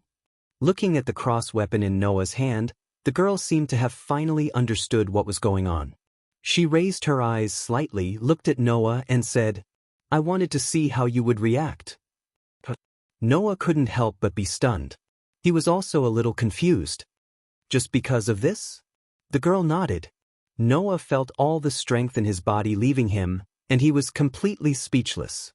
He thought this girl was the same type of existence as Hestia, but he didn't expect that they were only similar in terms of appearance. At least, Hestia definitely wasn't like this girl, who was so natural that it made people speechless. As expected, there are a lot of weirdos in the box. Noah threw the blunt object in his hand back to the girl. "But I'm sorry, I'm not interested in being someone's observation target. Please go and see how others react." Seeing the blunt object being thrown back, the girl clumsily caught it with her hands and feet. At this moment, Noah turned around and walked towards the street outside. Seeing this, the girl was slightly startled and followed him without hesitation. On the wide street, many people were walking in and out of the doors of many buildings. It was quite lively. However, at a certain moment, many people on the street turned their eyes towards a certain direction. Their eyes flickered with amazement, and many men's eyes even turned as green as a wolf's. And where these people's gazes landed, Noah was walking there. Unfortunately, the surrounding people's gazes weren't directed at Noah, but at the girl behind Noah. Feeling the piercing gazes of the surrounding people, Noah had no choice but to stop in his tracks. He turned around and looked at the young lady who was following him. "Why are you following me?" Hearing this, The girl also stopped and stared at Noah with her big blinking eyes. After hesitating for a moment, she asked, "I'm very curious about you. Is that so?" Noah once again felt weak from the girl's innocent tone. "It's an honor to be curious about a beautiful girl like you. If possible, I hope you can tell me the reason." "Because Jack told me." The girl stared at Noah without blinking as she said so. "You once defeated Maxwell." "Jack? Maxwell?" Noah was stunned. How did these two names end up together? The girl didn't seem to understand how many questions her words caused to Noah, just like how Noah should understand her meaning. She tilted her head and looked at him innocently. Noah's intuition and rationality told him that, if this continues, he probably won't be able to solve his questions. Talking to this natural girl, if he didn't speak more directly, she definitely wouldn't understand, right? "All right, it's my fault." Noah rubbed the space between his eyebrows and didn't beat around the bush. "First, please tell me you know Jack, right?" The girl nodded. "Jack is a member of my community." "You're a member of the community?" Noah's heart suddenly moved. At this moment, the first thing that came to Noah's mind was the incident where the young lady threw a blunt cross at him from the alley. After being discovered by him, she mysteriously appeared in another place far away. Combining this matter with the girl's words, Noah looked at the girl with some surprise. "Are you the leader of Will-O-Wisp?" "Yes." The girl nodded as if she didn't notice the surprise in Noah's heart. "My name is Vera Zygnatifates." Vera Zygnatifates. The leader of the six-digit community, Will-O-Wisp, born at the border between life and death, able to freely move between life and death, known as the strongest great demon in the north. So it was this girl? The leader of the community, whose mission was to adopt the souls of innocent children who died, was actually such a girl? So that's why Jack said that their leader was different from what Noah imagined? Noah was speechless. However, reality proved that this girl's words were probably correct. If it was a great demon who could freely manipulate the realm, then she could use teleportation. After being discovered by Noah, she would immediately disappear from the alley and appear far away. Moreover, after careful observation, Noah could also use his sensing ability to detect a very ordinary aura from the girl named Vera. It was definitely not an aura that an ordinary girl should have. "That." Noah scratched his head and said somewhat tentatively, "Can I just call you Vera?" Vera nodded without any objections. "Then, Vera, I understand that you are the leader of Will-O-Wisp." Noah decided to first clarify another very important matter. "But you are also related to Maxwell?" "Maxwell." Once together with Gajiel, in order to understand Kayaz Dakaha's seal, they joined forces to besiege Noah. The demon king who could manipulate the realm of cold and warmth, possessing an immortal body. That guy could also use the power of the realm of manipulation to teleport. Now that Vera mentioned Maxwell, Noah could not help but think that the two of them had some sort of relationship. However, what surprised Noah was that Vera's eyes widened slightly, as if she had heard something extremely shocking, or as if she had thought of some disgusting past. She desperately shook her head with tears in her eyes. No, I have nothing to do with that disgusting person." "Disgusting?" Noah was shocked by Vera's overly intense reaction. "What's going on?" Vera did not explain, but continued to step forward with tears in her eyes. She reached out a hand and tugged at Noah's clothes, saying helplessly, "I hope you can help me." When a young girl with a youthful face and a full bust, possessing both sexiness and cuteness, whose charm was off the charts, tugged at your clothes with tears in her eyes and pitifully asked you for help, how would you feel? At least, Noah looked away unnaturally, feeling helpless.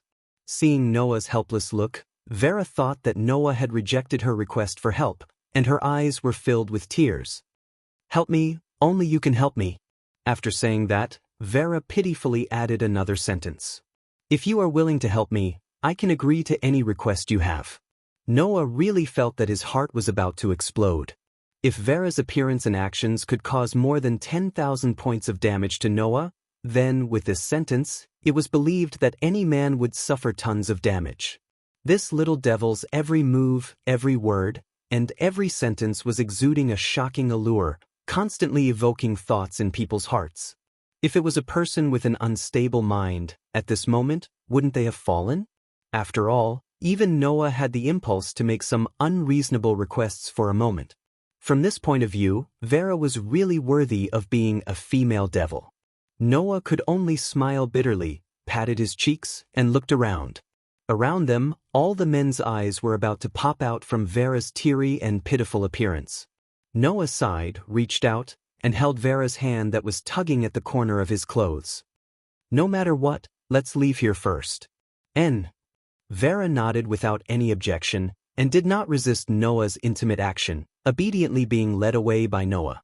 Looking at Vera being led away by Noah, the surrounding men's eyes were full of envy and jealousy. Presumably, these guys must have thought that Noah intended to kidnap Vera, find a place where no one was, and do something shameful and enviable, right? Chapter 1530. It had to be said that the journey to the throne hall was definitely the most torturous one Noah had ever walked in his life. Holding Vera's hand, Noah was attacked by all kinds of gazes along the way. It was as if they were looking at a cute child who was about to do something evil. To be honest, even Noah, who hated involving the innocent, had the urge to chop all the idiots around him into pieces. At this time, if he let go of Vera's hand because of the torment, it would make Noah feel guilty. Thus, Noah steeled his heart and held Vera's hand all the way to the throne hall. Vera didn't seem to understand why Noah's expression was so conflicted and why the people around her looked like they wanted to eat her alive. She tilted her head and was still at a loss. If there really were some uncles with special fetishes here, they would probably have a nosebleed after seeing Vera's appearance. This caused Noah to receive even sharper gazes along the way, which made it even more difficult to endure. In the end, Noah finally made it to the throne hall. As soon as he entered the throne hall, Noah saw a familiar face. Sarah? Shadora? Hearing Noah's voice, Sarah and Shadora, who were chatting peacefully, turned around and saw Noah. Just as Sarah and Shadora were about to greet Noah, they saw Noah holding Vera's hand and their expressions stiffened. Seeing Sarah and Shadora's stiff expressions, Noah immediately spoke. "Let me make it clear. This isn't a child I kidnapped from somewhere." Before Sarah and Shadora could react, Vera, who was holding Noah's hand, retorted, "I'm not a child." Unfortunately, that soft voice, rather than saying that it was refuting, it was better to say that it was coquettish. Sarah and Shadora finally realized what was going on. They looked at each other and smiled bitterly. "We didn't say that you kidnapped the child," Sarah said teasingly. "Or rather, if he could easily abduct the most powerful devil in the north, then I think I've definitely underestimated Mr. Noah. Vera won't be taken away by anyone. She's one of the trump cards of the Northern District," Shadora complained angrily. "Really, don't say those weird things, sister." "Sister?" Noah was stunned. "So, you haven't told Mr. Noah about it yet?" Sarah noticed Noah's surprise and smiled. "Then let me reintroduce myself. I'm Sarah. My full name is Sarah Telderek." "Telderek? Isn't that Shadora and Mandora's last names?" Upon closer inspection, Sarah seemed to have the same red hair as Shadora and a pair of dragon horns that were far more mature than Shadora's. In addition, Shadora called Sarah sister. "Could it be, looks like you've guessed it?" Sarah shrugged. "That's right, I'm Shadora and Mandora's sister. I was originally a member of Salamandra. Later, due to some twists and turns, I wandered to the Southern District and coincidentally became the leader of Horn and the chairman of the Dragon Horn Griffin Lion Alliance." Hearing this, Noah tactfully shut his mouth. Why would Sarah, who originally belonged to Salamandra, wander to the Southern District and become the ruler of the Southern District? If she wanted to be the ruler of the Southern District, she wouldn't have to go through so much trouble, right? After all, Sarah was Shadora and Mandora's biological sister. If she stayed in Salamandra, it would only be a matter of time before she inherited the position of leader of Salamandra and became the ruler of the North District, right? If that was the case, why would she wander to the Southern District and become the ruler of the Southern District? Although these questions appeared in Noah's mind, Noah didn't ask. It wasn't that he couldn't ask, but that there was no need to. If he asked about other people's privacy, it would be meddling in other people's business. Therefore, Noah rationally didn't continue to ask. Upon seeing this, Sarah couldn't help but look at Noah with a trace of admiration in her eyes. Originally, Sarah thought that Noah only had some achievements in battle. Now it seemed that it wasn't just strength. In terms of wisdom and dealing with people, this hero also had a sharp side that others didn't have. But that was also true.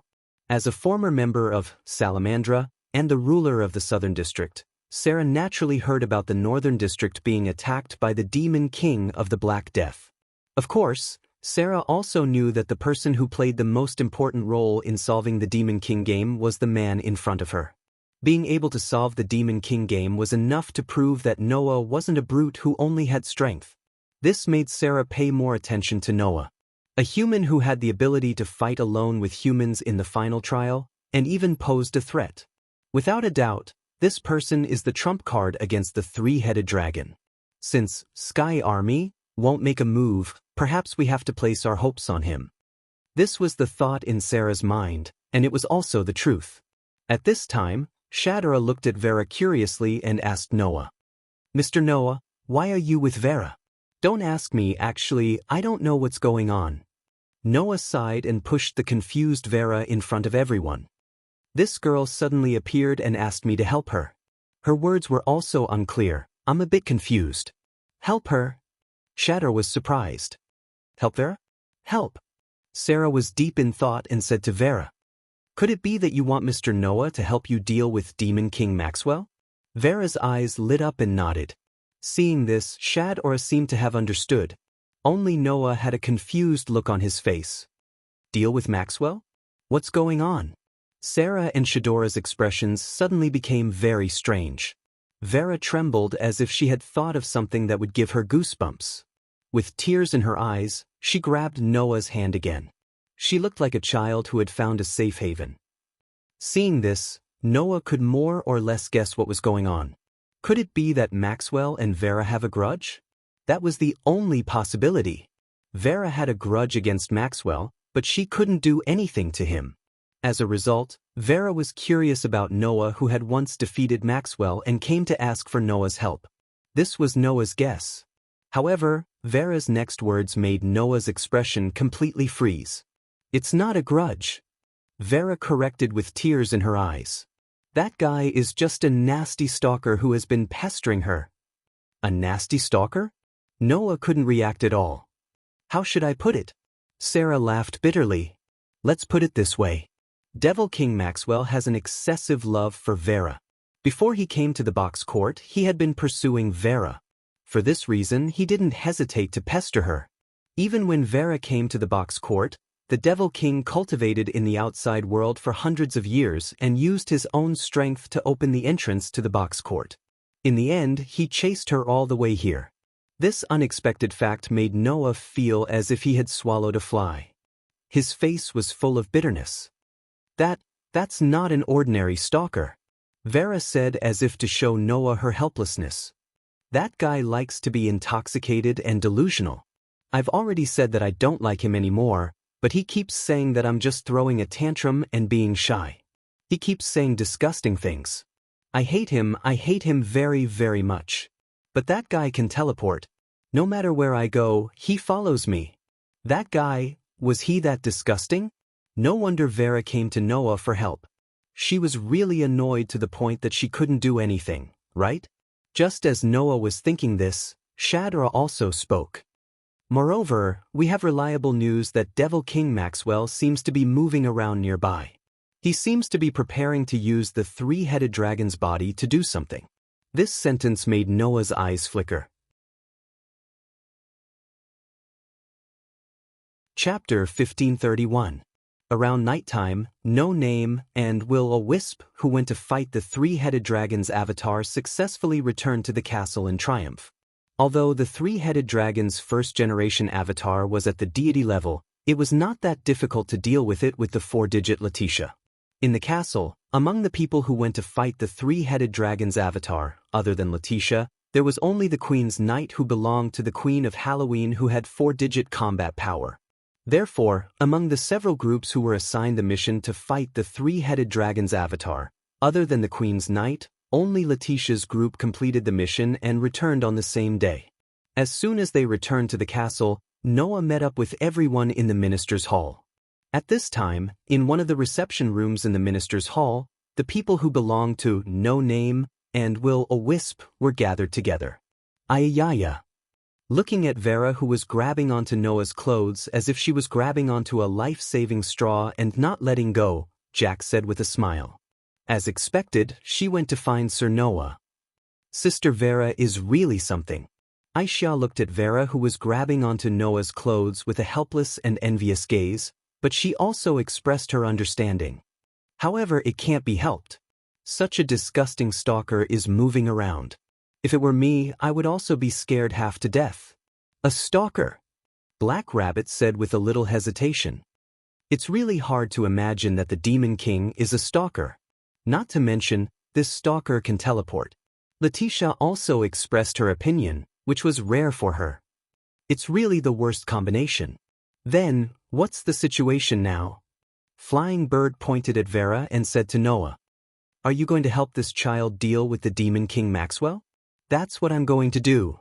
Noah picked up the teacup and took a sip of tea.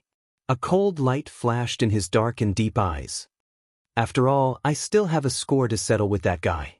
"You better be careful," Pest said in a seemingly unintentional manner. "Maxwell is a 4-digit Demon King, and he also belongs to that Demon King Alliance. Since he is moving around, then the people of the Demon King Alliance are also moving around. You may be very strong, but if your opponent is not one person but a group of Demon Kings, you may also fail miserably. Don't worry, I'm not that reckless." Noah placed the empty teacup in front of him. Letitia immediately stepped forward and filled the empty cup in Noah's hand with new hot tea before retreating obediently. Only then did Noah pick up the teacup again and drink little by little.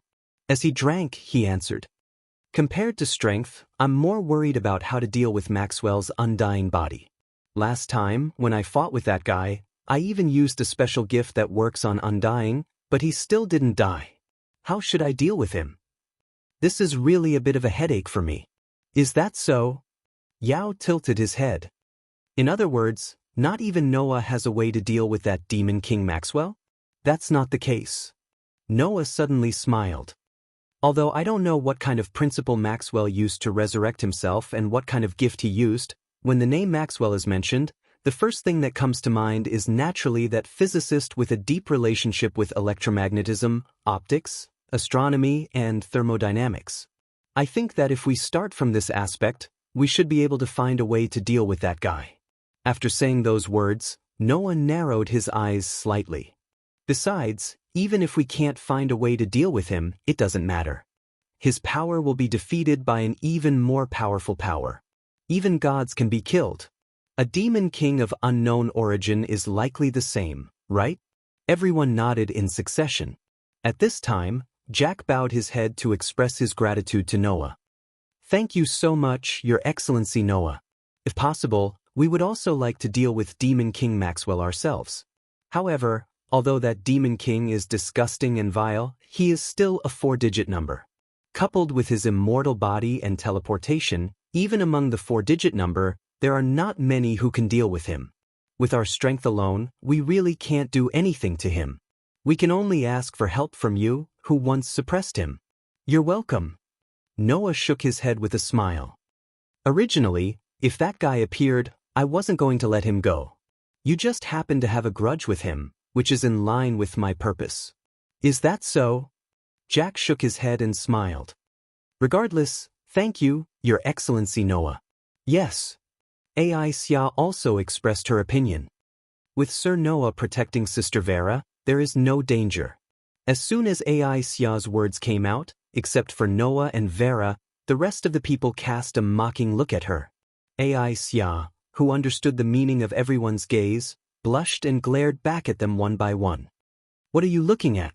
Haven't you seen people chasing after idols?" Everyone burst into laughter at once. Only Noah had a confused look on his face. Yao also laughed softly and looked at Vera. "Noah's next mission is to protect her, right?" "Yes." Noah spread his hands. It's just a matter of convenience. Yao nodded and didn't say anything else. He just looked at Vera curiously. Vera also looked at Yao. After a while, she suddenly took out a cross-shaped blunt weapon. Bang! Along with a muffled sound, a cross-shaped blunt object suddenly flew out and heavily smashed on Yao's head, making him groan in pain. Everyone was shocked as they didn't expect Vera to suddenly attack Yao. What are you doing? Flying Bird stood up and glared at Vera. Is this how you treat your fellow protectors? Wait a minute. Ai Xia quickly stood up and held Flying Bird's shoulder in a fluster. That's Sister Vera's hobby. She doesn't mean any harm. Hobby? Flying Bird looked at Ai Xia in disbelief. Throwing a blunt weapon at someone's head is a hobby. To be precise, it's a hobby of throwing a blunt weapon at someone you're interested in and seeing their reaction. Ai Xia laughed dryly. I've told Sister Vera many times, but Sister Vera won't change. I can't do anything about it. Anyway, I'll be more careful. Please forgive me.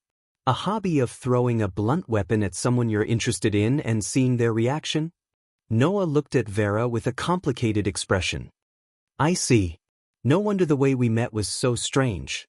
For Vera, who was disgusted by Maxwell, Noah, who was able to suppress Maxwell, was indeed an object of interest. For this seductive little devil, it was indeed not an attack. Just like what Ai Xia said, it was just a hobby. The angry Flying Bird snorted coldly and turned his head away. Vera didn't seem to understand why Flying Bird was so angry. She looked at Flying Bird in a daze. Then, a new blunt weapon suddenly appeared in her hand. Bang dash! Flying Bird, who was still angry, felt an intense pain in her head. She held her head and squatted down. It was so painful that tears came out of her eyes. Unlike Yao, who used the life catalog to absorb the power of various beasts and had a very strong physique, Flying Bird's body was completely like that of a normal person. Being hit by a hammer was enough to cause serious injuries. You bastard! Flying Bird shouted angrily. Very well. I'll accept this fight. After saying that, Flying Bird held her swollen head and immediately wanted to fight 300 rounds with Vera. Seeing this, Ai Xia and Jack quickly rushed forward and held Flying Bird down. Wait. Miss Flying Bird, please calm down. Let me go. Flying Bird struggled desperately. With this struggle, Flying Bird inadvertently kicked over the table in front of her. Then, everyone cried out in surprise. The tea set on the table flew into the air and spilled a large amount of water.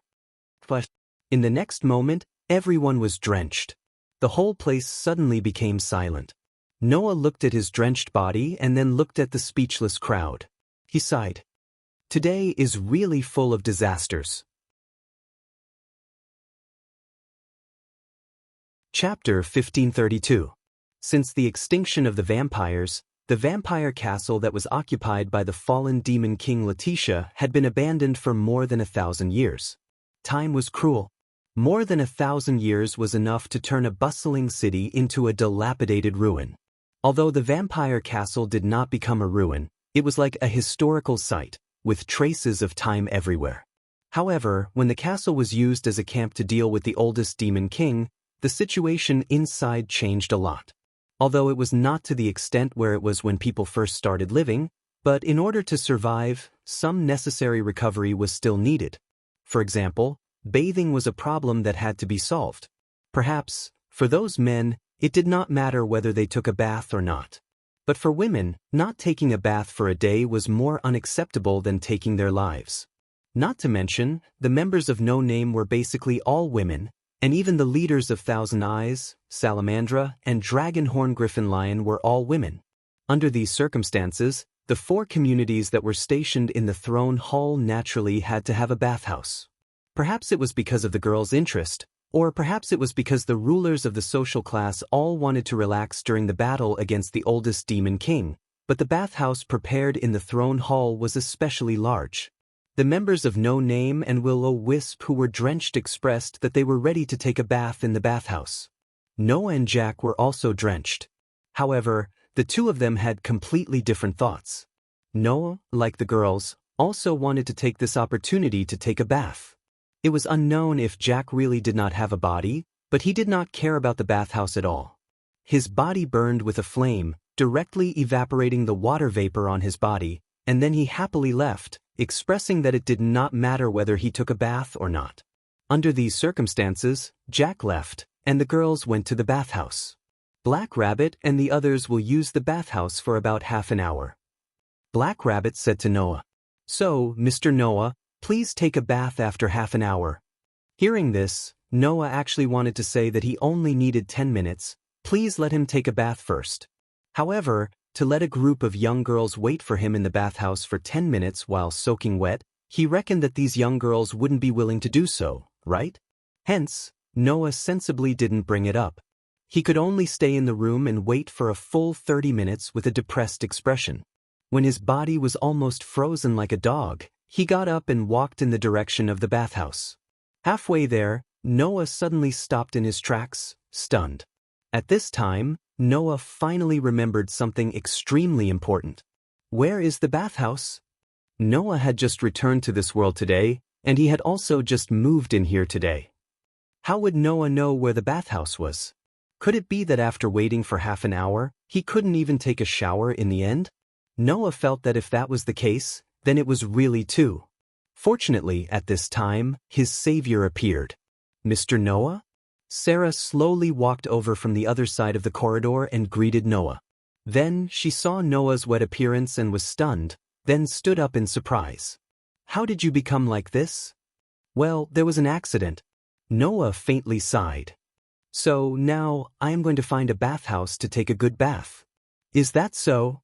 Sarah did not know if she had guessed something, but her gaze towards Noah was more or less filled with sympathy. "Mr. Noah, it must have been hard on you. Whether it was hard or not is secondary." Noah looked at Sarah with a face that wanted to cry but had no tears. "The problem is that I still don't know where the bathhouse is." "I see."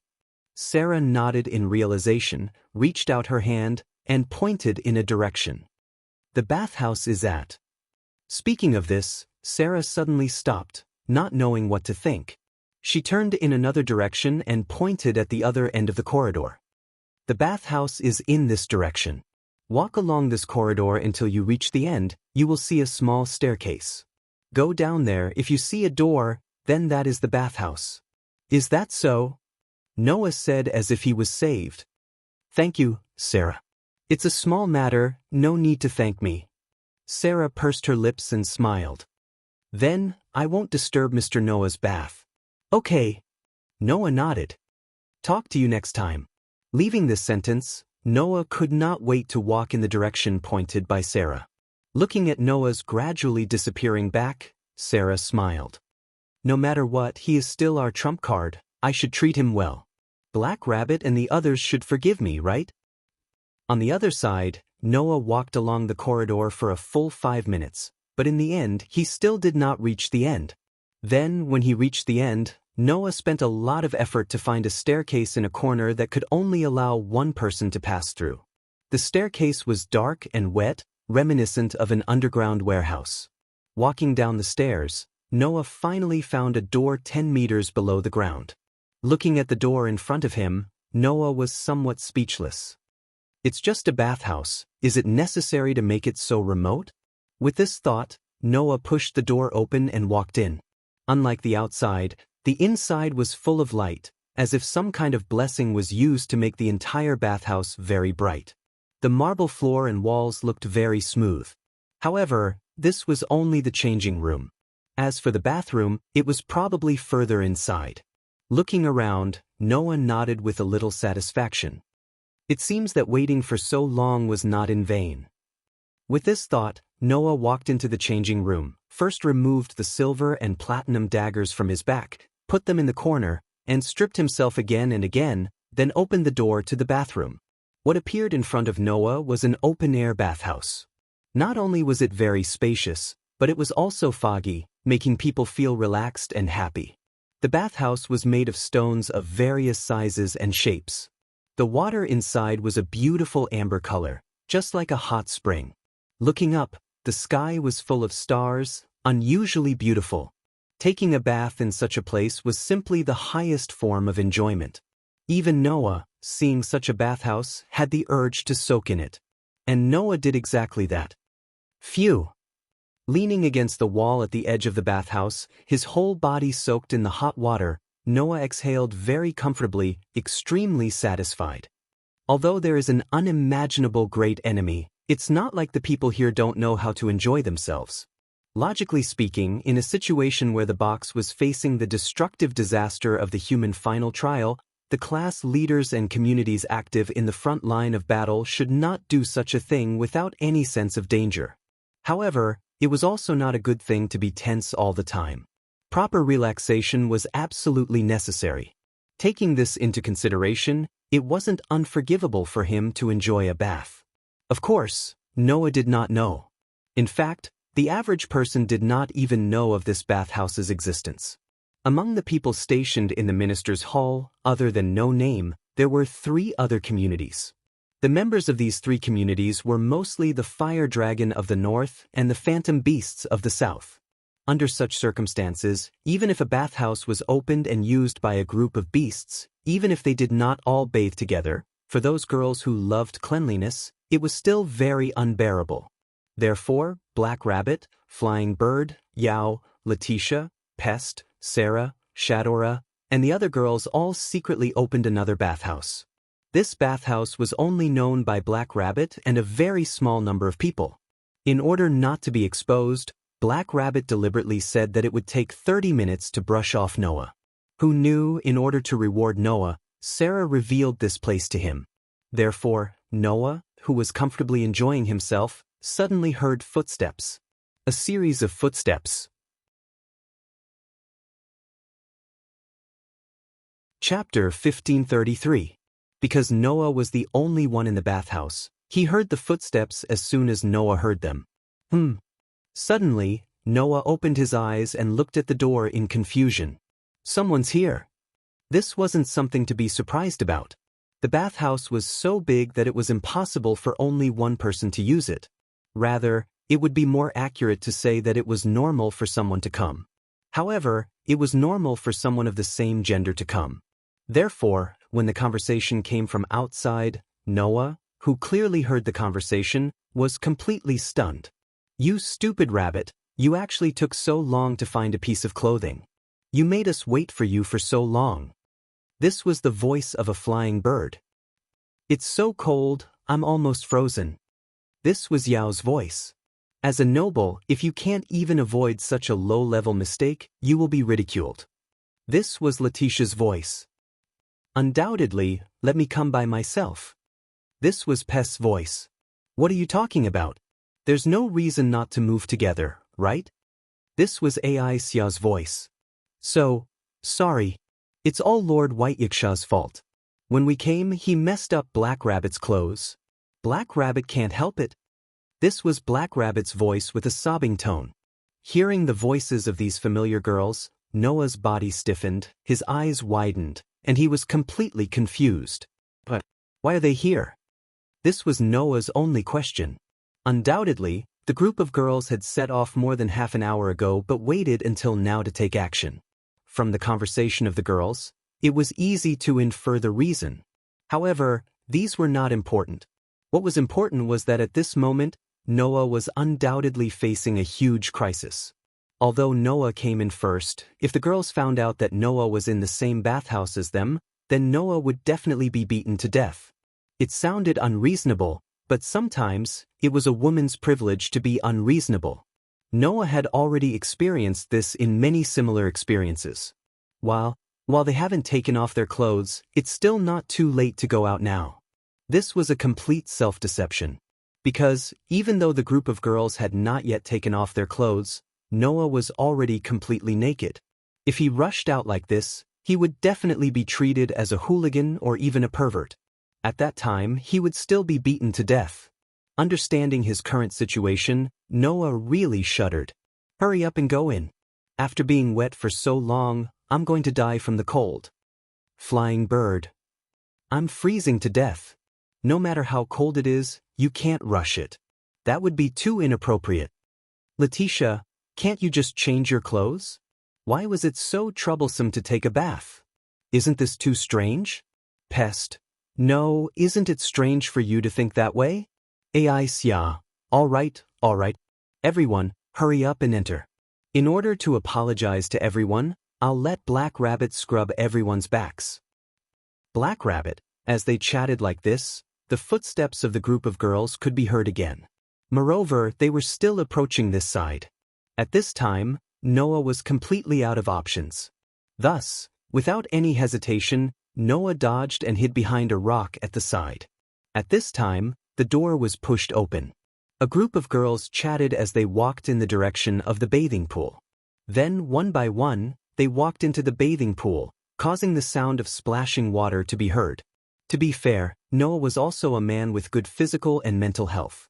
Although he was not a pervert, when faced with this kind of temptation, he could not help but glance in the direction of the group of girls. Then, a paradise appeared in front of Noah. Flying birds soaked in the water and softly moaned with a satisfied expression. I'm finally alive. It's so warm. Yao's beautiful face was flushed. It's so comfortable. So you guys have been secretly hiding such a good place. AI Xia felt happy and envious at the same time. You guys are truly too cunning. As for Black Rabbit and Letitia, they were soaking in the water with a comfortable expression. They were even stretching their bodies. Pest was the only one who seemed to be in a bad mood. She hugged her knees and curled up in a corner. It's just getting wet. Can't you just change your clothes? Why do you have to take a bath? Pest lived in the Middle Ages of the 1500s. At that time, bathrooms were still not common. The people's concept of cleanliness was also not very high. For Pest, who lived in such an era and wandered around the world as an undead for several hundred years after her death, taking a bath was undoubtedly a very troublesome matter. That was why this girl had a look of disdain on her face. No matter what, the white skin entered Noah's eyes one after another, causing Noah to feel somewhat excited. Although Yao, Pest and AI Xia possessed the body shapes of children and their curves were not perfect, the immature feeling they gave off was still very alluring. Compared to the three of them, Fei Niao's figure was undoubtedly much better. Even though she was only 15 years old, her curves were already very obvious. Although her upper body was not very prominent, it was still very well proportioned. Seeing that, one's blood began to speed up. Black Rabbit and Letitia, on the other hand, completely displayed their destructive power. At this moment, due to the fact that Letitia had removed the ribbon on her head, her figure had turned into that of a mature woman. Her figure was simply off the charts. Black Rabbit's figure was also very good. Her curves were very prominent, causing one to be unable to shift one's gaze away from her. Seeing those two beautiful bodies, especially those plump upper bodies, Noah was truly unable to shift his gaze away. Fortunately, Noah possessed pretty good self-control. In the end, he did not shamelessly continue to look at them. However, Noah had already seen the bodies of the group of young girls. They were firmly imprinted in his mind. Instead, he felt as if he was unable to get rid of them and had a deeper impression of them. Unfortunately, if this continues, I'll definitely not be able to sleep tonight. Noah screamed miserably in his heart. I must quickly get out of this dangerous place. With that in mind, Noah made up his mind. He took a deep breath and quietly dived into the water, swimming toward the shore. Due to the beautiful amber color of the water in the bathtub, he was completely unable to see what was happening underwater. Under such circumstances, Noah avoided those places based on the location of the group of young girls he had just determined and swam toward the most inconspicuous corner. However, not long after he swam, Noah suddenly bumped into a soft area. That soft feeling caused Noah's heart to involuntarily sway. Amen. A puzzled voice sounded from the surface of the water. Noah's head subconsciously popped out of the water. In the next second, two pairs of eyes met. The person who entered Noah's field of vision was an unexpected yet expected person. Unexpected because the other party had not made a sound, so Noah did not know that the other party had also come here. Expected because, thinking about it carefully, this person should be here as well. After all, she was also completely drenched. Surprisingly, it was Vera. The young girl was blinking her eyes and looking at the stunned Noah. Her pretty face began to redden at a speed visible to the naked eye. Noah's face was stiff, but his line of sight could not help but move down. The full upper body that was beyond imagination was immediately imprinted into Noah's field of vision. Looking at the scene that was enough to make any man lose his mind, Noah's face was stiff, and his eyes were wide open. Vera did not know how to cover her most important part when Noah was staring at it, but her pair of eyes began to gather moisture. Seeing that the young lady was about to burst into tears and scream at any moment, Noah immediately felt that he was at the end of his rope. At this time, Aisyah's strange voice sounded. "Sister Vera, what's wrong with you?" Aisyah's voice attracted everyone's gaze to Vera's direction. "It's over." This was Noah's only thought now. However, the next moment's development surprised Noah. He saw that Vera quivered, and the tears at the corner of her eyes instantly disappeared. She hugged Noah at an astonishing speed and turned around. Thus, Noah's figure was completely blocked by Vera. From the direction of the young girls, they could not see Noah at all. You're tuning in to the Dreamy Chapters YouTube channel. We're so grateful for your support, and don't forget to subscribe to join us on this incredible journey through captivating stories. Your generosity through donations truly makes a world of difference, as it's the primary source of revenue that allows me to expand and enhance this channel for you. Thank you from the bottom of my heart for being a part of this adventure.